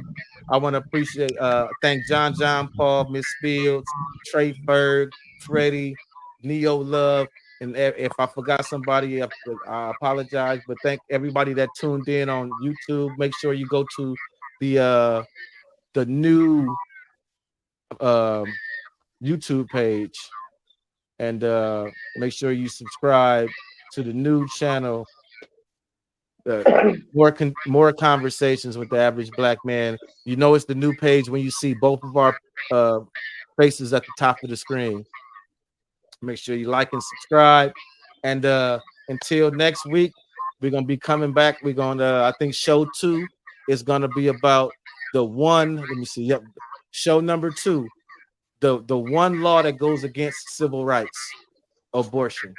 It is the one discriminatory law that's on the book, because no law is supposed to benefit only one group of people. When people think about civil rights, they be like, "Oh, civil rights was for black people." No, civil rights is an anti-discrimination bill. You can't discriminate against race, sex, uh, religion and so on and so forth. It's not a bill that says black people got rights, but Right. abortion is a law that says women can do this and men have absolutely no say so in it.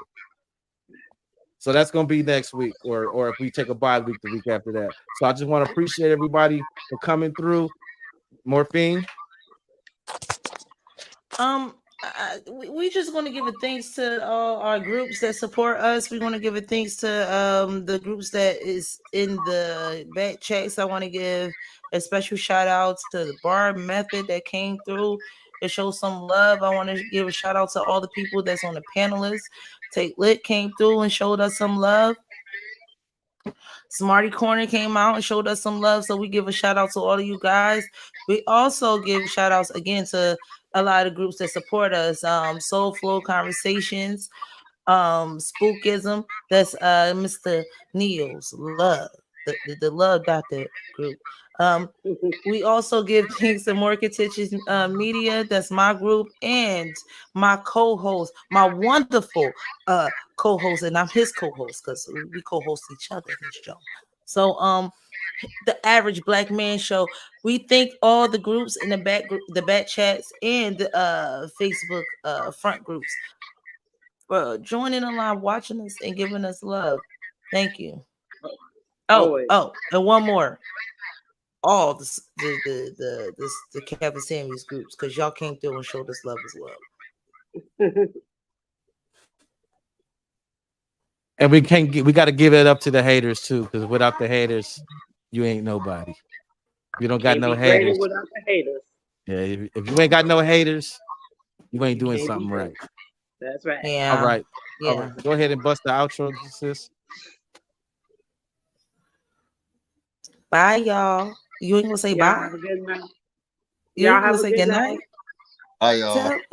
All right. Well, okay. Say Good that. night. Because I figured they was gonna hang in the backstage for a hot second, like always. Well, do. yeah, but I'm saying to the All right. To the Thank you to crowd. the Matter of fact, audience. let Like me to let the me talk audience. You ain't gonna say bye to the Hey, let me audience? talk to y'all two right quick.